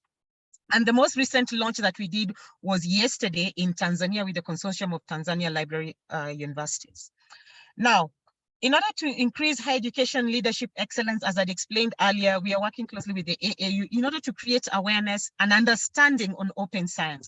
Let's be very honest about this. Open science, as much as we are having this discussion, is cautiously being adopted by university leadership because of the limited understanding and on what pertains open science, and the limited lens that we've been speaking to them so far has not been from the Vice Chancellor's lens, but mostly from the libraries and the researchers' lens. So what we are doing right now with AAU is having these regional workshops. We've already done one in East Africa and most recently in North Africa, in Egypt, whereby we bring in the Vice Chancellors and we make them understand how open science can support them in aiding competitiveness of the university, and also increasing their visibility. And we go a step further and we make it granular and also present to the senates within the universities. So the next Senate meeting we've been invited to is by the Botswana International University of Science and Technology to present to the leadership on how open science can actually support the university so that they are able to create open science mandates, and we have more open science mandates in the region. Then, of course, with higher education, building knowledge economies, this is at a regional level, and we are so excited to work with the East African community on this, and there are also plans underway for the West African region as well, and we're also doing this with PLOS, and the main objective with PLOS as well as our global North partner, and the main objective is to make sure that policymakers have an understanding of what entails open science, bring in all the stakeholders to speak one voice, because what we do is bring in not only the policymakers, but we bring in the granting councils, the research councils, and the library consortia, so that they can have, and the university commissions, so that they can have one voice and one discussion when it comes to open science, because this is really, truly the one opportunity that will aid in increasing the visibility of African outputs. So as a center, we are very strategic about the partnerships we are creating that will aid in increasing the visibility of African science. And this is done through working, as I said, with the research councils, the granting councils, and we are truly excited about the subsequent outputs that are coming out of this, because the main objectives of all this kind of engagement is to make sure that we have increased open science policies in the region, and we are seeing some really good traction with some of the regional policymakers we are working with, and also increase the visibility, increase the open science mandates within the universities in the continent. And the fact that we have been invited by universities to present at Senate to further make them have a better understanding of what open science entails, in regards to university competitiveness, is a positive response, so that we can have increased open science mandates coming out of the region. With that, ladies and gentlemen, thank you so much. Thank you so much, Madam Joy Owango, for your presentation. Like I said earlier, we'll be taking questions after the session, after all the presentations. So kindly put down or note down your questions in the chat box, or you can write them somewhere and we'll get back to you. The next presenter or speaker for today's session is Dr. Reggie Raju of University of Cape Town, South Africa. Dr. Reggie Raju, if you are on, kindly take the floor to do your presentation, which is to be on viable alternates for open sharing of African scholarships. Dr. Reggie Raju, if you are here, kindly take the floor. I am here, and I'm going to share this presentation with my colleague, Joe. Thank you. So we're just going to get our presentation up. Give me a second or two, please. Sure.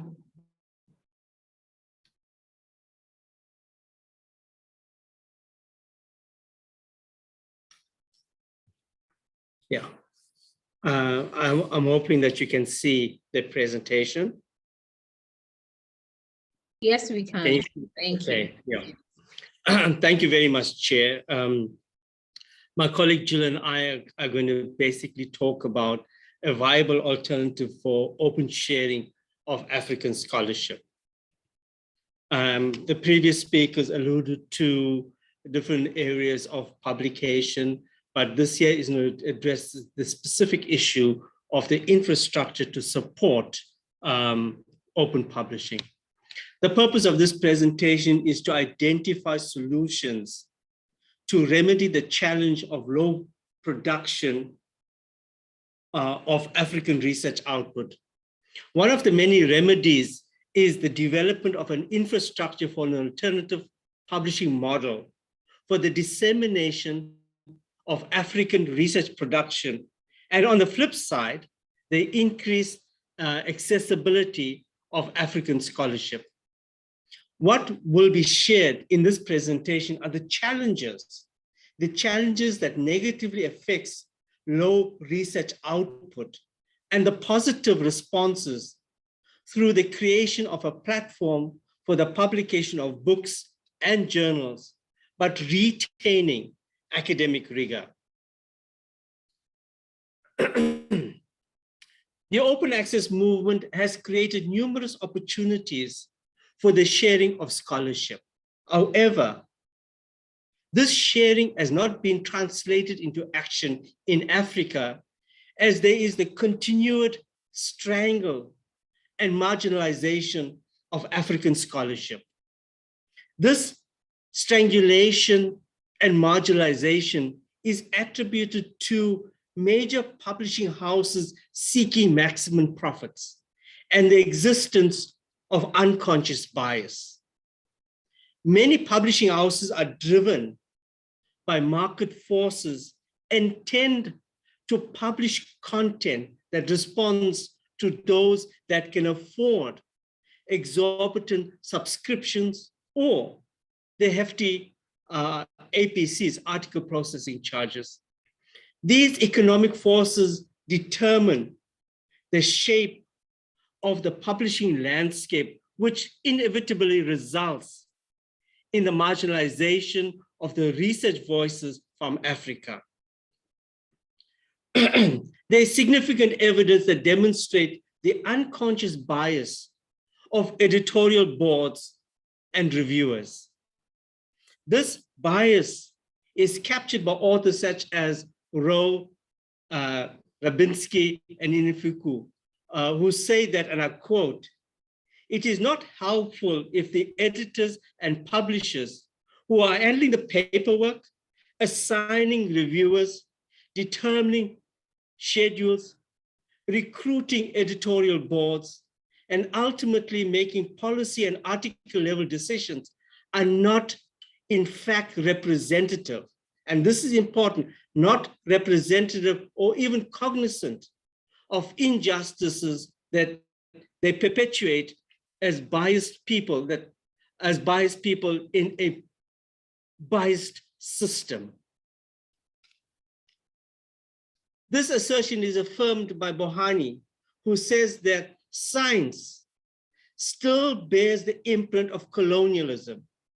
He goes on to share that titles such as the Lancet, New England Journal of Medicine, the Journal of American Medical Association, BMJ, are meant to serve a particular purpose and audience, and therefore select researchers and research findings that fit that perspective.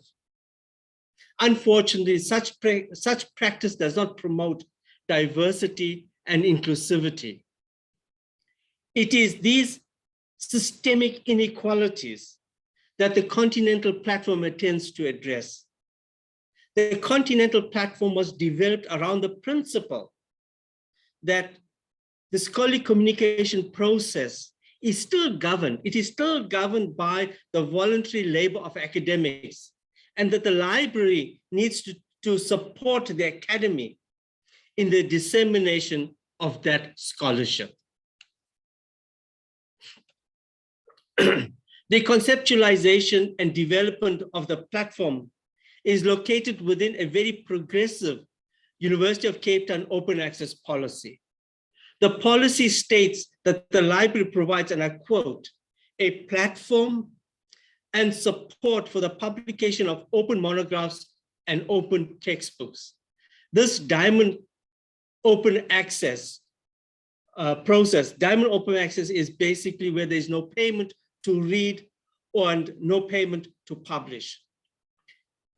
This Diamond Open Access journals and monographs option will complement current publishing processes to meet the need for more local and decolonized content. Such content will be accessible globally, and I think that becomes a critical issue.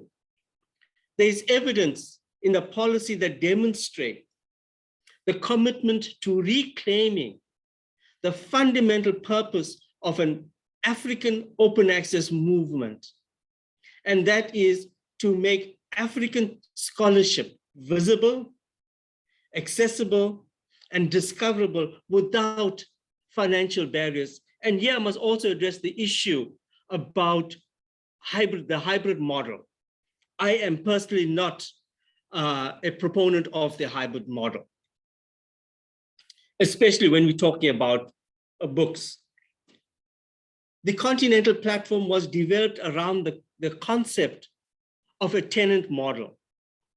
We have taken elements of the information technology, of the information technology definition of a multi-tenant model and applied that to social justice principles. In this multi-tenant architecture, there is a single instance of a software instance with multiple tenants. In the Continental Platform, a tenant is more than an institution. It includes all research communities within institutions.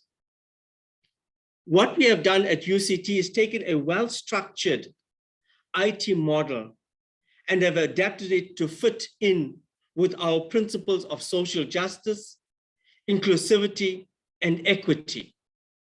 This adapted model facilitates the building of communities of practice with like-minded participants coming together to advance the sharing of African scholarship.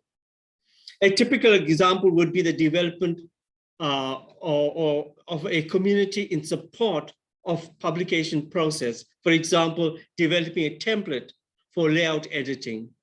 Some of the other challenges that the platform addresses are that of capacity. It is, yes, and also that is the ability to manipulate the software for the delivery of a service. Infrastructural challenges have always been a thorn for us in Africa.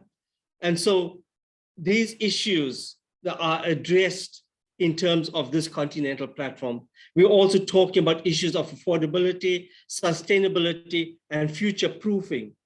These are all issues that are addressed via the continental platform. One of the foundational pillars in this model is the offer to each participating institution the opportunity.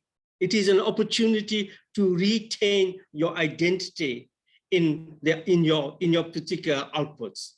In effect, the participating institution will make use of the common base of the platform and the look and feel of its journals or books will be reflective of the institution.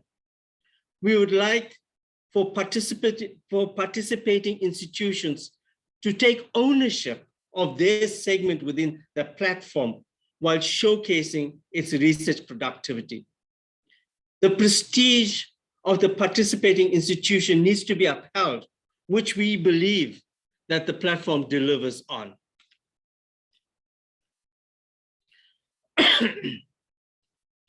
Leveraging a progressive institutional open access policy, UCT Libraries began its publishing service in December of 2016. From then till now, UCT has published 23 books and publishes 6 journals. It is anticipated that a few more books will be added before the end of the year. The platform uses open source software, and that is OJS and OMP for journals and monographs Okay. The success of the publishing program at UCT had given the library colleagues at UCT the confidence to expand its local platform to allow any African university or research institution to publish a book or journal. The growth of the platform was progressive, with one South African university, and that is the Durban University of Technology, adopting the platform. The second phase in the development of the platform was to bring on board an institution from another country. The staff at the University of Namibia were trained to use the platform and are currently publishing 5 journals on the platform. Subsequent to the University of Namibia adopting the continental platform, 3 universities from Zimbabwe have adopted the platform. A university from Cameroon has also adopted the platform, and for the first time, we are now publishing in a language different to English, and that is French. Currently, there are also discussions with an academic from Nigeria who wants to use the platform to publish a journal from Nigeria. In going forward, we have to develop relationships with different entities. The library has developed relationships with organizations such as the Library Publishing Coalition, which is based in the USA. We've developed relationships with PKP, which Vanessa spoke about. We are working with the Open Book Collective, and we're working with the Directory of Open Access Journals. These are issues that colleagues have already mentioned. I'm now going to hand over to my colleague, Jill, who will take us through the books that we have published. I'm very quickly going to demonstrate with 3 books the impact of publishing on the continental platform. The first book is The Constitutional Law for Students. This book is written by students for students in support of a complex subject in the law degree in South Africa. It must be noted that a large cohort of students are second language or even later English speakers who have challenges navigating the dense legal content. To address this challenge, the book has an audio format which allows students to listen to the book before reading it. The added feature of the book makes the book far more inclusive as it caters for learning styles. Embedded in the book are many workbooks to allow students to prepare for the constitutional law examination. Given that smartphones are made more readily available than computers, content can be viewed in HTML or EPUB format, providing wide accessibility, which will be demonstrated in the graphic in the next slide. To repeat, this is a book written for a South African audience. The book has 144,000 downloads. As can be seen from the graph, there is a steep rise in the downloads just before the examination period. One can safely infer that students are using the book in preparation for the examinations. Although the book is intended for a South African readership, 31% of the downloads come from outside Africa. Although the downloads are not substantial for the rest of the world, only 10% of African countries are using the book. It is safe to say that the book is being downloaded by more than 100 countries outside of Africa. Please, you have 5 more minutes. Thank you. The second book is another book for targeted South African market. This book is downloaded in more than 140 countries, and the graph illustrates the increasing rise in the downloads that this book has solicited. The third book, and I'd like to pause here, is an indigenous language book. Dikeledi Hadi Wele Fatse is a book written in Sesotho. So for the first time, South African school learners can be reading a book that is written by an African for the purpose of supporting literature studies in schools. Previously, Sesotho students needed to read English language books and convert the discussion in Sesotho. The amazing thing is that this is an indigenous language book that is being downloaded across the world. Most notably is the access of the book from the global north countries. The number of downloads are not phenomenal, but the fact is that all 3 books, if we look at the distribution, is being accessed by global north countries. And this was never expected when initially we started book publishing.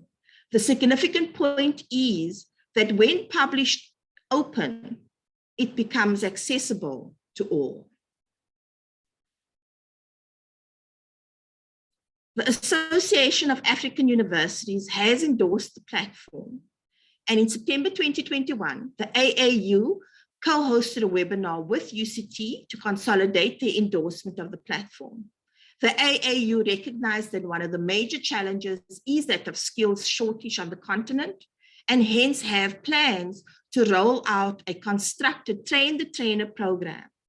And this program will entail face-to-face training in 4 regions across the continent, namely North Africa, East Africa, Central Africa, and Sub-Saharan Africa, with Nigeria being treated as an independent region, given the number of academic institutions within that country. UCT is very cognizant of South Africa carrying the Big Brother tag. To ensure that there's no misconception on the purpose of the platform, UCT is working with the AAU to engage with UbuntuNet Alliance to host the platform.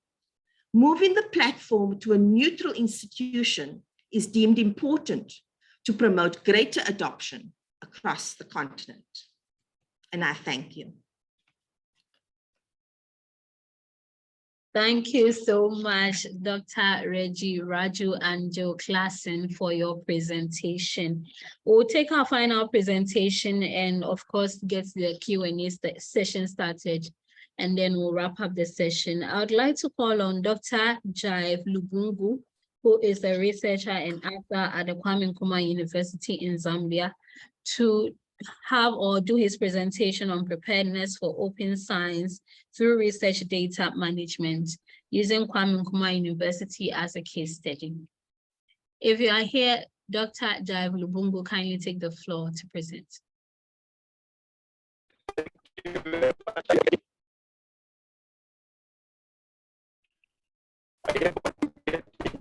Dr. Jive, I think your network connection is not really good. We cannot hear you clearly.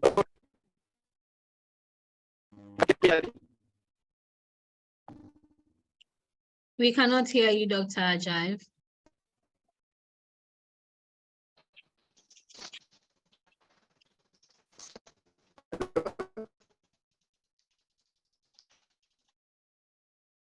Unfortunately, I'm not sure we'll be able to take or have Dr. Jive's session because his network is not stable. We really cannot hear him.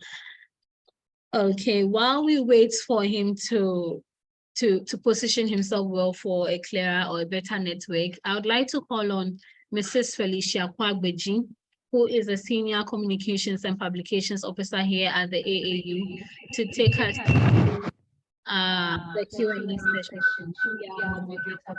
Q&A session. So kindly send in your questions, or you can raise your hand to be called and then share. Thank you. Thank you very much, Naomi. And I think we'll all agree with me, it's been a very insightful session with lots of content being shared by our presenters. It has gotten to the time where we are now engaging all of you so that you can pose your questions directly to the presenters as follow-up, seeking clarification and trying to get further information on some specific aspects that might have come up as part of their presentation. And also, if you have further contribution to any of the issues that have been discussed so far, it's also the time for you to submit your contribution. I'm trying to quickly check if there are some comments that have been posted, but whilst I do that, people can raise their hands and then they would be allowed to unmute. So there's one from Dr. Kahali. Okay, she's one of the presenters. She says the concept of hybrid for books can be viewed as a marketing tool. When you read one chapter, you then have to buy the book to get the rest. Of, just a minute. To get the rest of the content. So I think she's responding to a notice that was posted by someone earlier. But before we do that, I think I see a hand that has been raised up. Please go ahead and unmute yourself. We've given permission for people to unmute themselves, and then you can make your submission.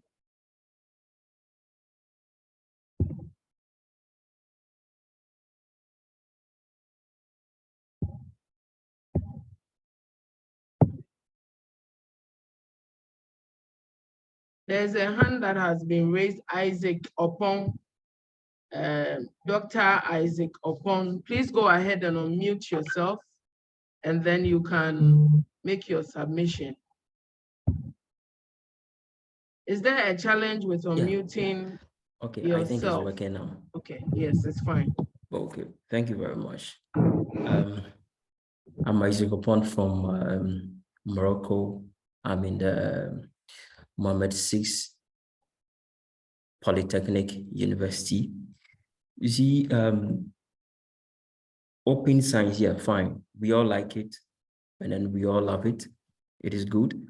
But okay, quickly, let me just respond to, is it Dr. Reggie Raju? Like he mentioned some journals and other stuffs. You see, each university, they all have some journals that, like some, like a specific journals. Okay, we like this, we use ABDCs, universities, journals. And then those ones that he mentioned, I cannot see any of them there. You see the problem. We want to all make, our publications and then everything, open, like get the open access and then the rest of them. But each university has its own lay down procedures or journals that you have to follow. So I don't know if if you people have some, some things that you would have to communicate with the universities in Africa so that we all can follow, it will be very good for us, because personally, I want my things to be shared openly and then other stuff, but it's not possible because of the standards that the universities are having. So I don't know if you guys have something there, AAU, I don't know whether you guys have some, some things that you share with all the other universities for our work to be very open, and then we all can have a very good work. Thank you. Okay, thank you very much for your question. I think it's one of the key things that AU is tackling through advocacy and through trying to engage all the African universities so that we can all be able to put in place the necessary policies, be able to create the necessary environments to, foster and to encourage open access to be fully operational. So it's one key area that we are working on. But I think I would like to give the floor to any of the presenters who may want to respond directly to Mr. Isaac Opon's submission. Any of the presenters for today who may have some comments to give as feedback to his concern. The floor is open. Can I respond? This is Reggie. Yes, Raju. I think what we have done at the University of Cape Town is that we've made this service part of the suite of services that a library provides. So, like we provide a reference service, we provide library publishing service, right? So my question then, my return question to the colleague is that, does the university want to make a profit, or does the university want to share its scholarship? And I think that is something that the university needs to deliberately think through. We have had sessions in Zimbabwe, we have had sessions in Namibia where they had similar challenges. And we asked the same question: what is your purpose? Do you want to make money, or do you want to share your scholarship? And as soon as the decision is about sharing scholarship, then immediately the APC's issue is addressed. So if you want to charge minimal APC to cover operational costs, then that's fine. Then it will be minimal. But if it's there to make a profit, then it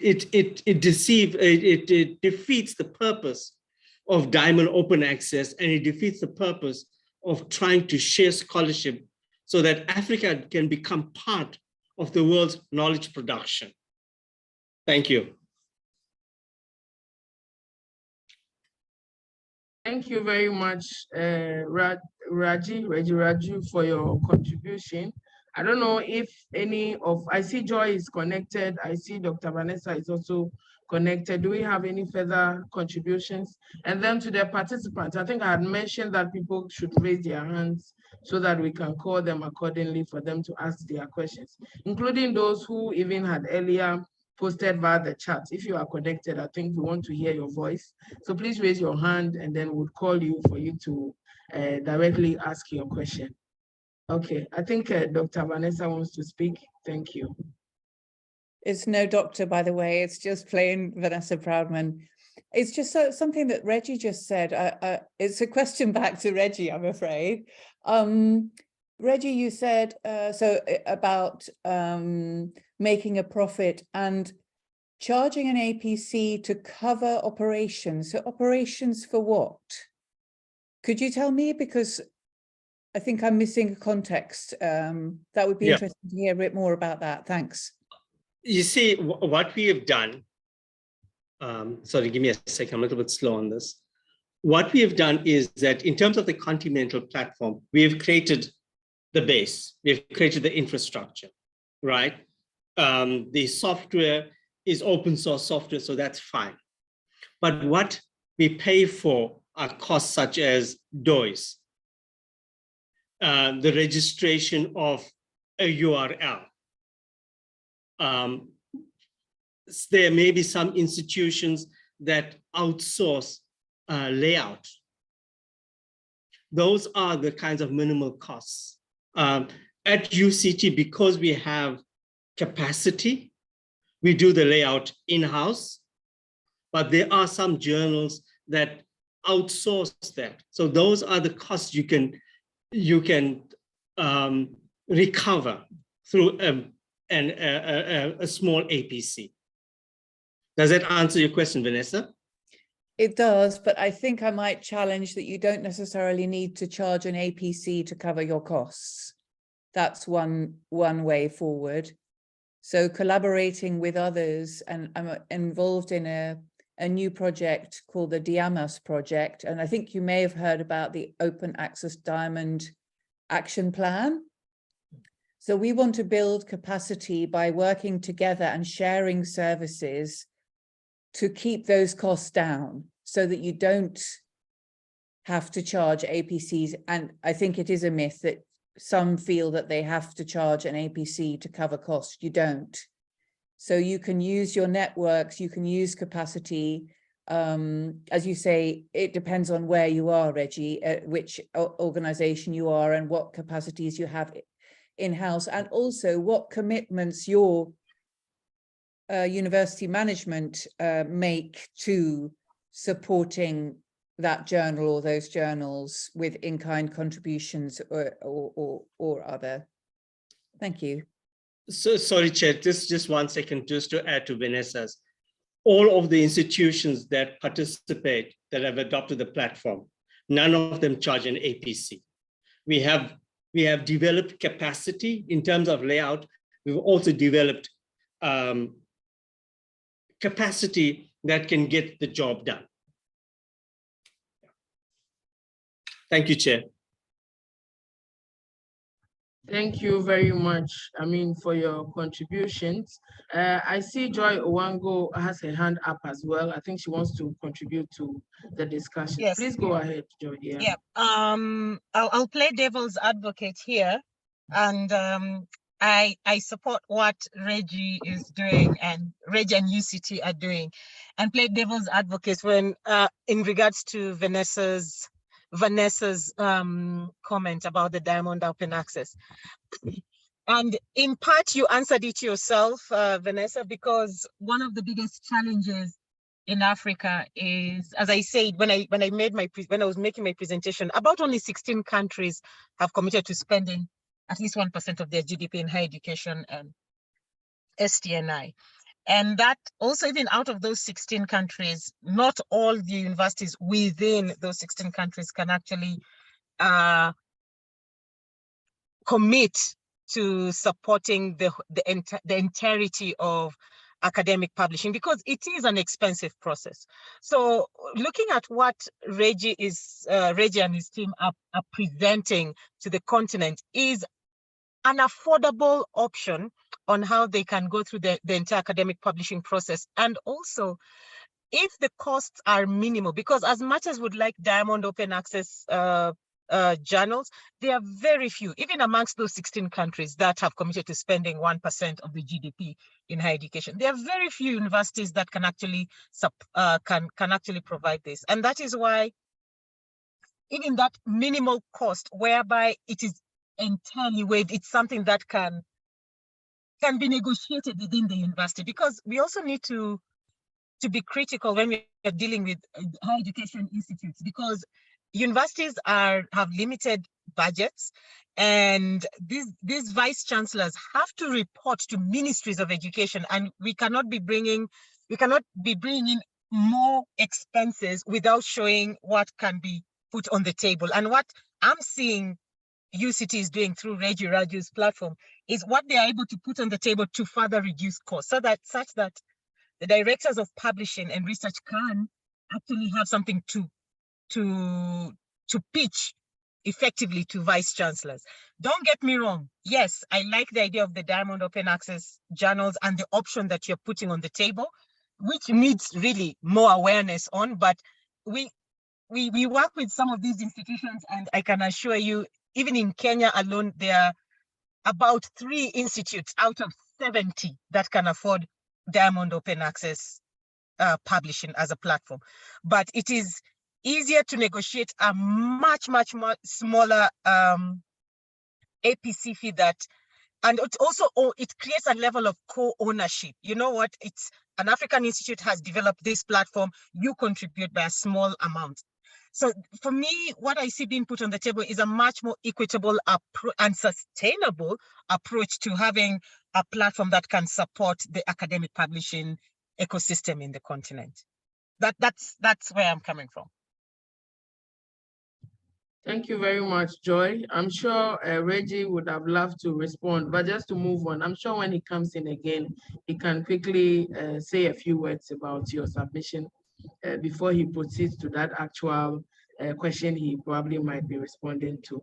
There's another question here from Paul Mukaza, and Paul is saying, how can our faculty members reach you for assistance on this OA books project? Those who wish to publish. Okay, Paul, so the AU will be sharing all the presentations with participants at the end of the week celebration. And I believe all the presentations would have the contact of the presenters, so that the particular one that you want to contact, you can easily do that. But otherwise, feel free to write to us, feel free to reach any of us, and we'll be sure to facilitate whatever request that you may have. So, because the point of organizing this event is definitely to create the linkages so that you can get the necessary help to enable you fast track the open access practices in your institution. So we are here to help actually. Feel free to reach out to us anytime, any day. I see Vanessa's hand is up again, but before she comes in, let's allow Abdullahi Maikudi Nuhu to ask his questions. Please go ahead, unmute yourself, and then you can make your submission. Please, Dr. Abdullahi Maikudi Nuhu. Okay, from the State University of Victoria. Sorry, I joined the conversation very late, and from the little information I was able to gather, the presentation was splendid. Since yesterday, can you speak up a little bit? We can't hear you well. Can you hear me now? It's better, please. Better, much better. So, good morning once again. I say I'm Dr. Abdullahi from the State University of Nigeria. I say I joined the conversation very late as a result of time variation, just like yesterday. I said the presentation was so splendid, and I'm happy somebody has asked the question I wanted to ask. That is the issue of getting the materials after the presentations. This is a special occasion by which we expect, maybe there should be a reward. What I mean by reward, something like the certificate for the participation, because it can give somebody an opportunity to showcase that at least at a time he participated at the AOU special session. Then the recordings, as I said, will be very vital to all of us, because to help us in planning and strategizing. More so, I'm occupying a position that requires publication, etc. The book program is a complete project, and most of us are interested. If we can have the link, although I had to mention about the link, obviously we are going to be very happy to have that. Thank you so much. Thank you very much, Dr. Abdullahi Maikudi Nuhu. You're actually right. So we will share all the recordings. We actually upload all the events that have taken place throughout the week by the end of the week-long celebration, which is Friday. So early next week, you are going to receive an email with the links to the presentations, the links to the recordings, and all of that will be made available so that you can always refer to it, like you were saying, as and when necessary. Regarding certificates, we normally, well, it's not part of the plan actually to issue participation certificates, but I think there are follow-up trainings and, you know, specific sessions which would be more in-depth, and I think certificates will be allocated for participants of those sessions. I think this is a broader discussion with more of focusing more of, you know, advocacy and things like that. But there are trainings and workshops. I think Joy and all of the other partners have actually been organizing some, and the AU as well collaborates with all these key partners, and we organize such capacity building workshops. So it is at those workshops that we give out a certificate. But I've heard you, and I would report to the organizing committee just for them to check if in case they might want to consider issuing participation certificate. So thank you very much. Your comments are very well noted. I think I would like to give the floor to Vanessa Proudman. Her hand has been up for quite some time. Please unmute yourself and make your submission. Thank you. Yes, thanks very much. It's just coming back to what Joy said, just for clarification from my side. So when we're talking about Diamond publishing, there are no costs to the author to read or publish. So that's really important. And I also wanted to underline, indeed, Reggie's platform is a very exciting and important platform which allows more equitable access to knowledge, allows more to engage and share their knowledge openly and freely. I agree with you, Joy, on that one, and I see the thumbs up. Just wanted to make that clear. Thanks very much. Thank you very much. I see a question from Basiru Mbenga, and Basiru says, I'm following the presentations as HAQUA2 students, and that there remains challenges in regional and continental integration of Africa higher education institutions. What is the way forward? Has the use of legal instruments yielded desired results? So I think she's asking about issues related to integration of the African continent. I mean, this is a more general question, but it would be good to hear perspectives from any of the speakers or any of the participants who really is knowledgeable about this, because she's asking about issues related to use of legal instruments as well. I don't know if anyone would be best placed and would want to take that question up. But whilst we do that, I think I'm still looking out to see if there's any hand up, so that Abdullah, I see your hand up again. Dr. Nuhu, or is it from the first one? If it is, then maybe you could drop it. If it's for another one, then you can please unmute yourself and then make your submission.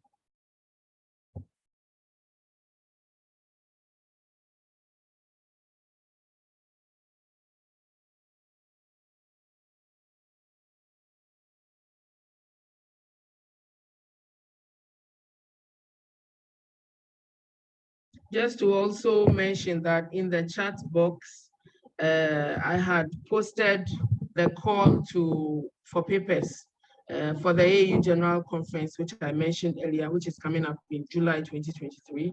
So I posted the link to the call for papers, the link to the call for host in the chat. I see Joy Owango also shared a survey from TCC Africa, and she says, we look forward to reading your views on the recommendations you propose in adopting open science in your institute. So this is also very much in line with discussion for today. So I'm just drawing your attention to it so that you can all be able to go in there and copy these links and respond appropriately.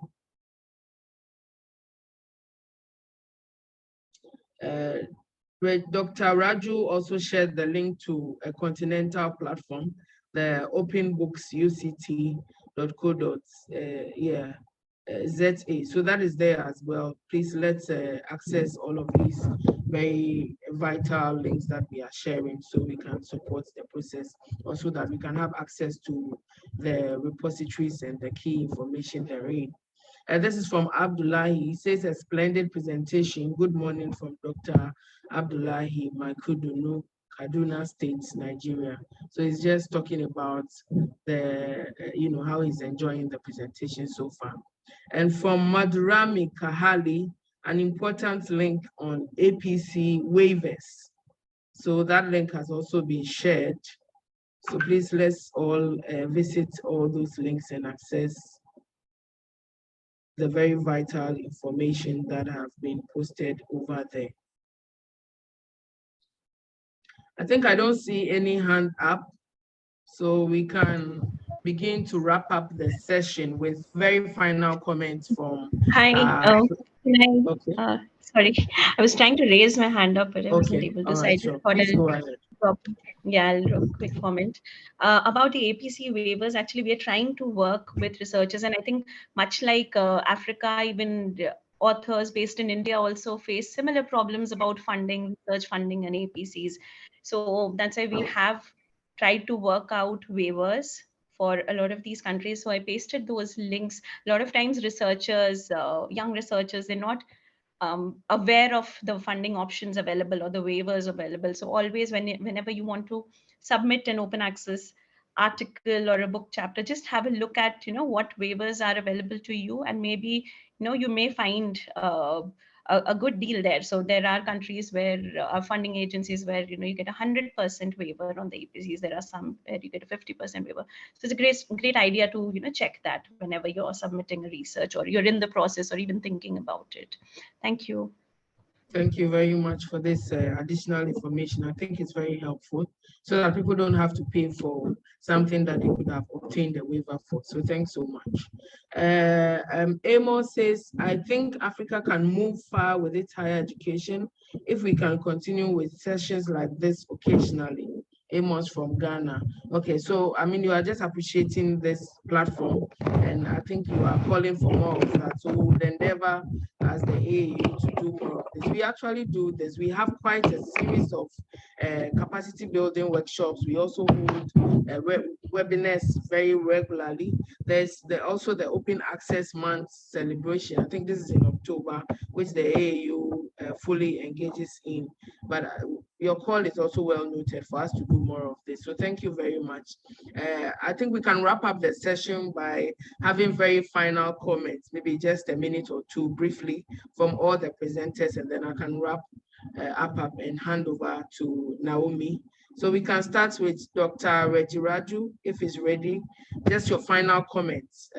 Take away from this session. What should we do, or what should institutions really focus on as we move away from today? Any final wrap-up comments from you? Thank you so much. Yeah. Thanks, Chair. The thing that I would like to pose to the attendees is that there is the continental platform. We have developed it. We understand that there may be skills, a skills deficit. We can address that.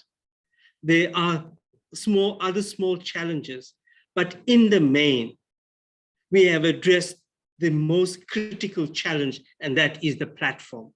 So we do not have to rely on these commercial publishers. We must stop complaining about the commercial publishers because we can do it on our own. Libraries have the capacity. Let's exploit the capacity. Let's exploit what the continental platform offers so that we can get African scholarship out in the open. Jill has shown that the one book that we've published that was meant for South African audience has over 144,000 downloads, and that has come from across the world. So we need to get our scholarship out there. The platform is there for you to use it.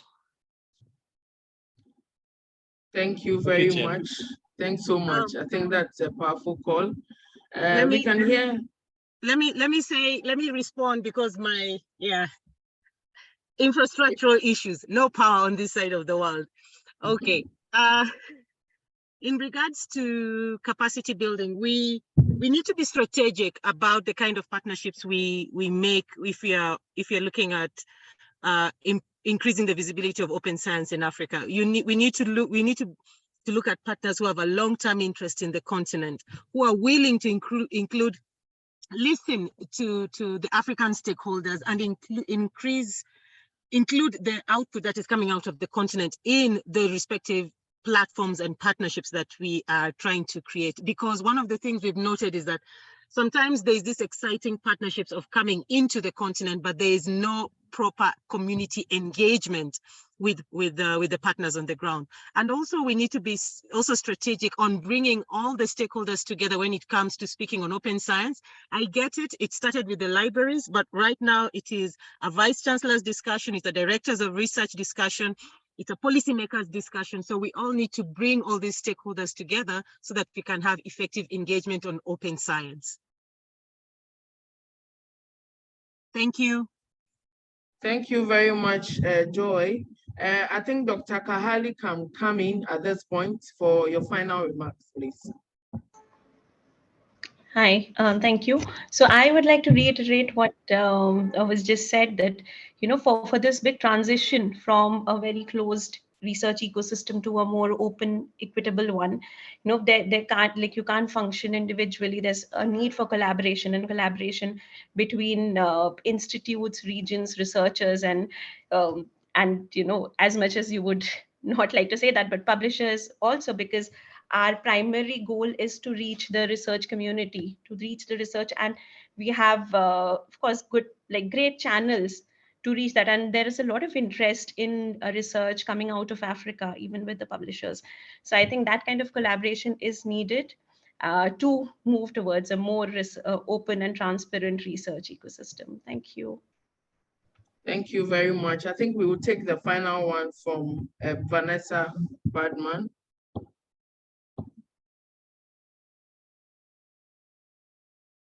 Do we have Vanessa connected, please?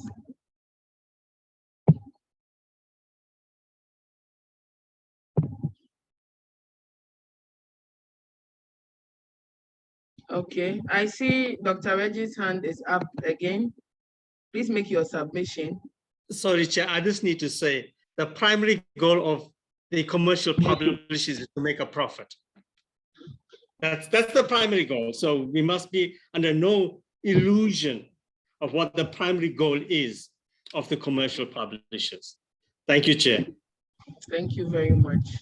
I think I was trying to give the opportunity to Dr. Vanessa Proudman, but it appears she's not there. But just to wrap up, I think it's been a very great session. Dr. Reggie Raju focused on, in his summary, he says that the platforms are there, we can take huge advantage of the libraries, and that now we just need to move, because even a small publication on your own institutional libraries can actually go a long way and can, be highly visible across the world. So we really need to take advantage of the platforms, and those shouldn't be an excuse anymore. And it's time for us to actually move forward. Joy also touched on capacity building, and she also highlighted the importance and the need for us to engage in strategic partnerships. She highlighted proper community engagement in her summary. And then also Dr. Kahali, she also focused on collaboration as well. She highlighted the need for collaborations between the institutions, between the researchers, as well as even the publishers. I think I couldn't get Vanessa to wrap up her session, but we had so much feedback and so much content from her during her main presentation.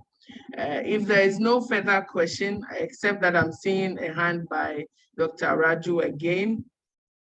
So we will take that, and then we can wrap up this session and hand over to Naomi to close the session for us. Sorry, Chair, it is an old hand. I should have lowered it. I apologize. Okay. I apologize, All Chair. right. Okay, that is fine. So we thank all of you so much, and we thank all the participants. It's been an engaging session. You've been able to ask your questions and provide feedback. I mean, very important feedback, even to the AAU about the need to hold more of such sessions as well. So all these are well noted, and we thank all of you for staying on from the beginning of the program up to this very point, and it's been quite a very great and successful session.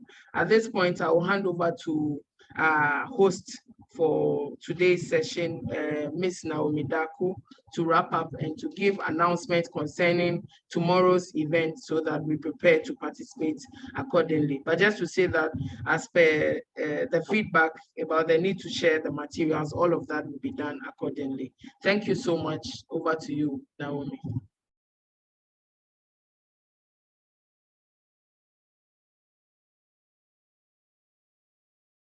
Thank you so much, Felicia, for the moderation. And of course, thank you to our speakers for such an insightful presentations on the various sub-themes that they chose to speak on and to give us knowledge about. So all too soon, we've come to the end of the session, but I'd like to touch on what our program would look like for tomorrow. So tomorrow, there'll be a DAF session in the morning at 10, or I think it's at 11 o'clock GMT. So after that session, after the DAF session, the eLearn Africa LMS team will also have their session right after that. That starts at 12 o'clock GMT. But the East Africa Regional Office will also have their events. We'll also have their events tomorrow at 6 o'clock GMT. So I think I'll give the floor to Felicia to talk more about the DAF presentation tomorrow. Okay, Naomi. So tomorrow there's a session in the morning. I think there's an echo.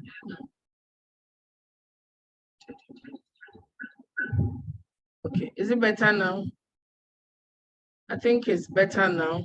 So there's a study that was undertaken on demographics of African faculty. And tomorrow we are trying to create the platform for dissemination of the findings. So this is purely a research-based research that was undertaken, and then we'll be leveraging the platform of the African Universities Day celebration to disseminate the findings. And it's trying to look at the ratios in terms of, do we have the necessary faculty vis-a-vis the student population in Africa? What were the key issues during the COVID pandemic, at the peak, during the peak of the COVID pandemic? What were some of the key issues in terms of faculty demographics in terms of the age of faculty, in terms of the females vis-a-vis the males? What are the key structures in place at national levels regarding data collection? So it's a very interesting study, and I might not want to give all the details here, but it's a collaboration between the Association of African Universities, the Inter-University Council of East Africa, we have PRB, Populations Reference Bureau, and then we also have ESSA, Education Sub-Saharan Africa, and then there would be the presentation from that findings tomorrow, starting at 11 GMT, and we are encouraging all of you to participate. And as Naomi mentioned, after that, there is the eLearn Africa session. The AAU is in partnership with eLearning Africa, and we have e-learning platforms where we undertake various programs. There are various courses that are run virtually, providing flexibility for students to connect, to be able to learn at their own time and at their own pace. So we'll hear more about that platform and the various opportunity that it offers tomorrow. There will be that session as well. And then one of the regional offices of the AU, this is the East Africa Regional Office, would also be holding the Africa University Day celebration tomorrow. The time is 6 a.m. GMT. It's quite early in the morning, but we are encouraging all of us to join as much as possible. So we have that session at 6, followed by the 11th session, which I spoke about the research that will be disseminated. And then we have 12, so 11, between 11 and 12, the 12 o'clock would be the session for the eLearn Africa. That will be the program for tomorrow. And then on Friday is actually our main Africa Universities Day celebration. As we know, the date should actually be 12 November, which is falling on a Saturday this year. So we moved the main celebration to Friday because, I mean, people would most likely not be available on Saturday. So we moved the main celebration to Friday, which is 11th of November. And on Friday, we have a fully packed program as well, a very rich bouquet of events lined up. We would receive messages from the AU president, from the AU secretary general, and then a high level panel that has been constituted to, you know, deliberate and to touch on key issues. So that will be the program for the rest of the week. And I think that is all, Naomi. Okay, thank you.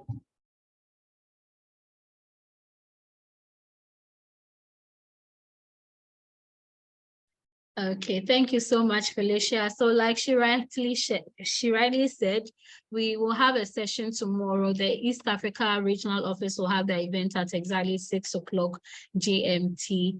The DAF program will also, the DAF project will also have the event at 11 o'clock GMT. And eLearn Africa will also have their celebrations at 12 o'clock GMT. Our main celebrations, like she mentioned, will be on Friday, and it starts at exactly 9 o'clock GMT. I would like to use this opportunity to thank all of you for joining us. Our honorable and high esteemed vice chancellors, presidents, rectors, all higher education stakeholders, students, and everyone that joined us today. Thank you so much for joining in the session and making it a fruitful and a successful one for us. Big thank you to our speakers and our various presenters for the insightful knowledge they shared with us today. We look forward to seeing all of you tomorrow at exactly 6 a.m. for the East Africa Regional Office events. Thank you and have a lovely day.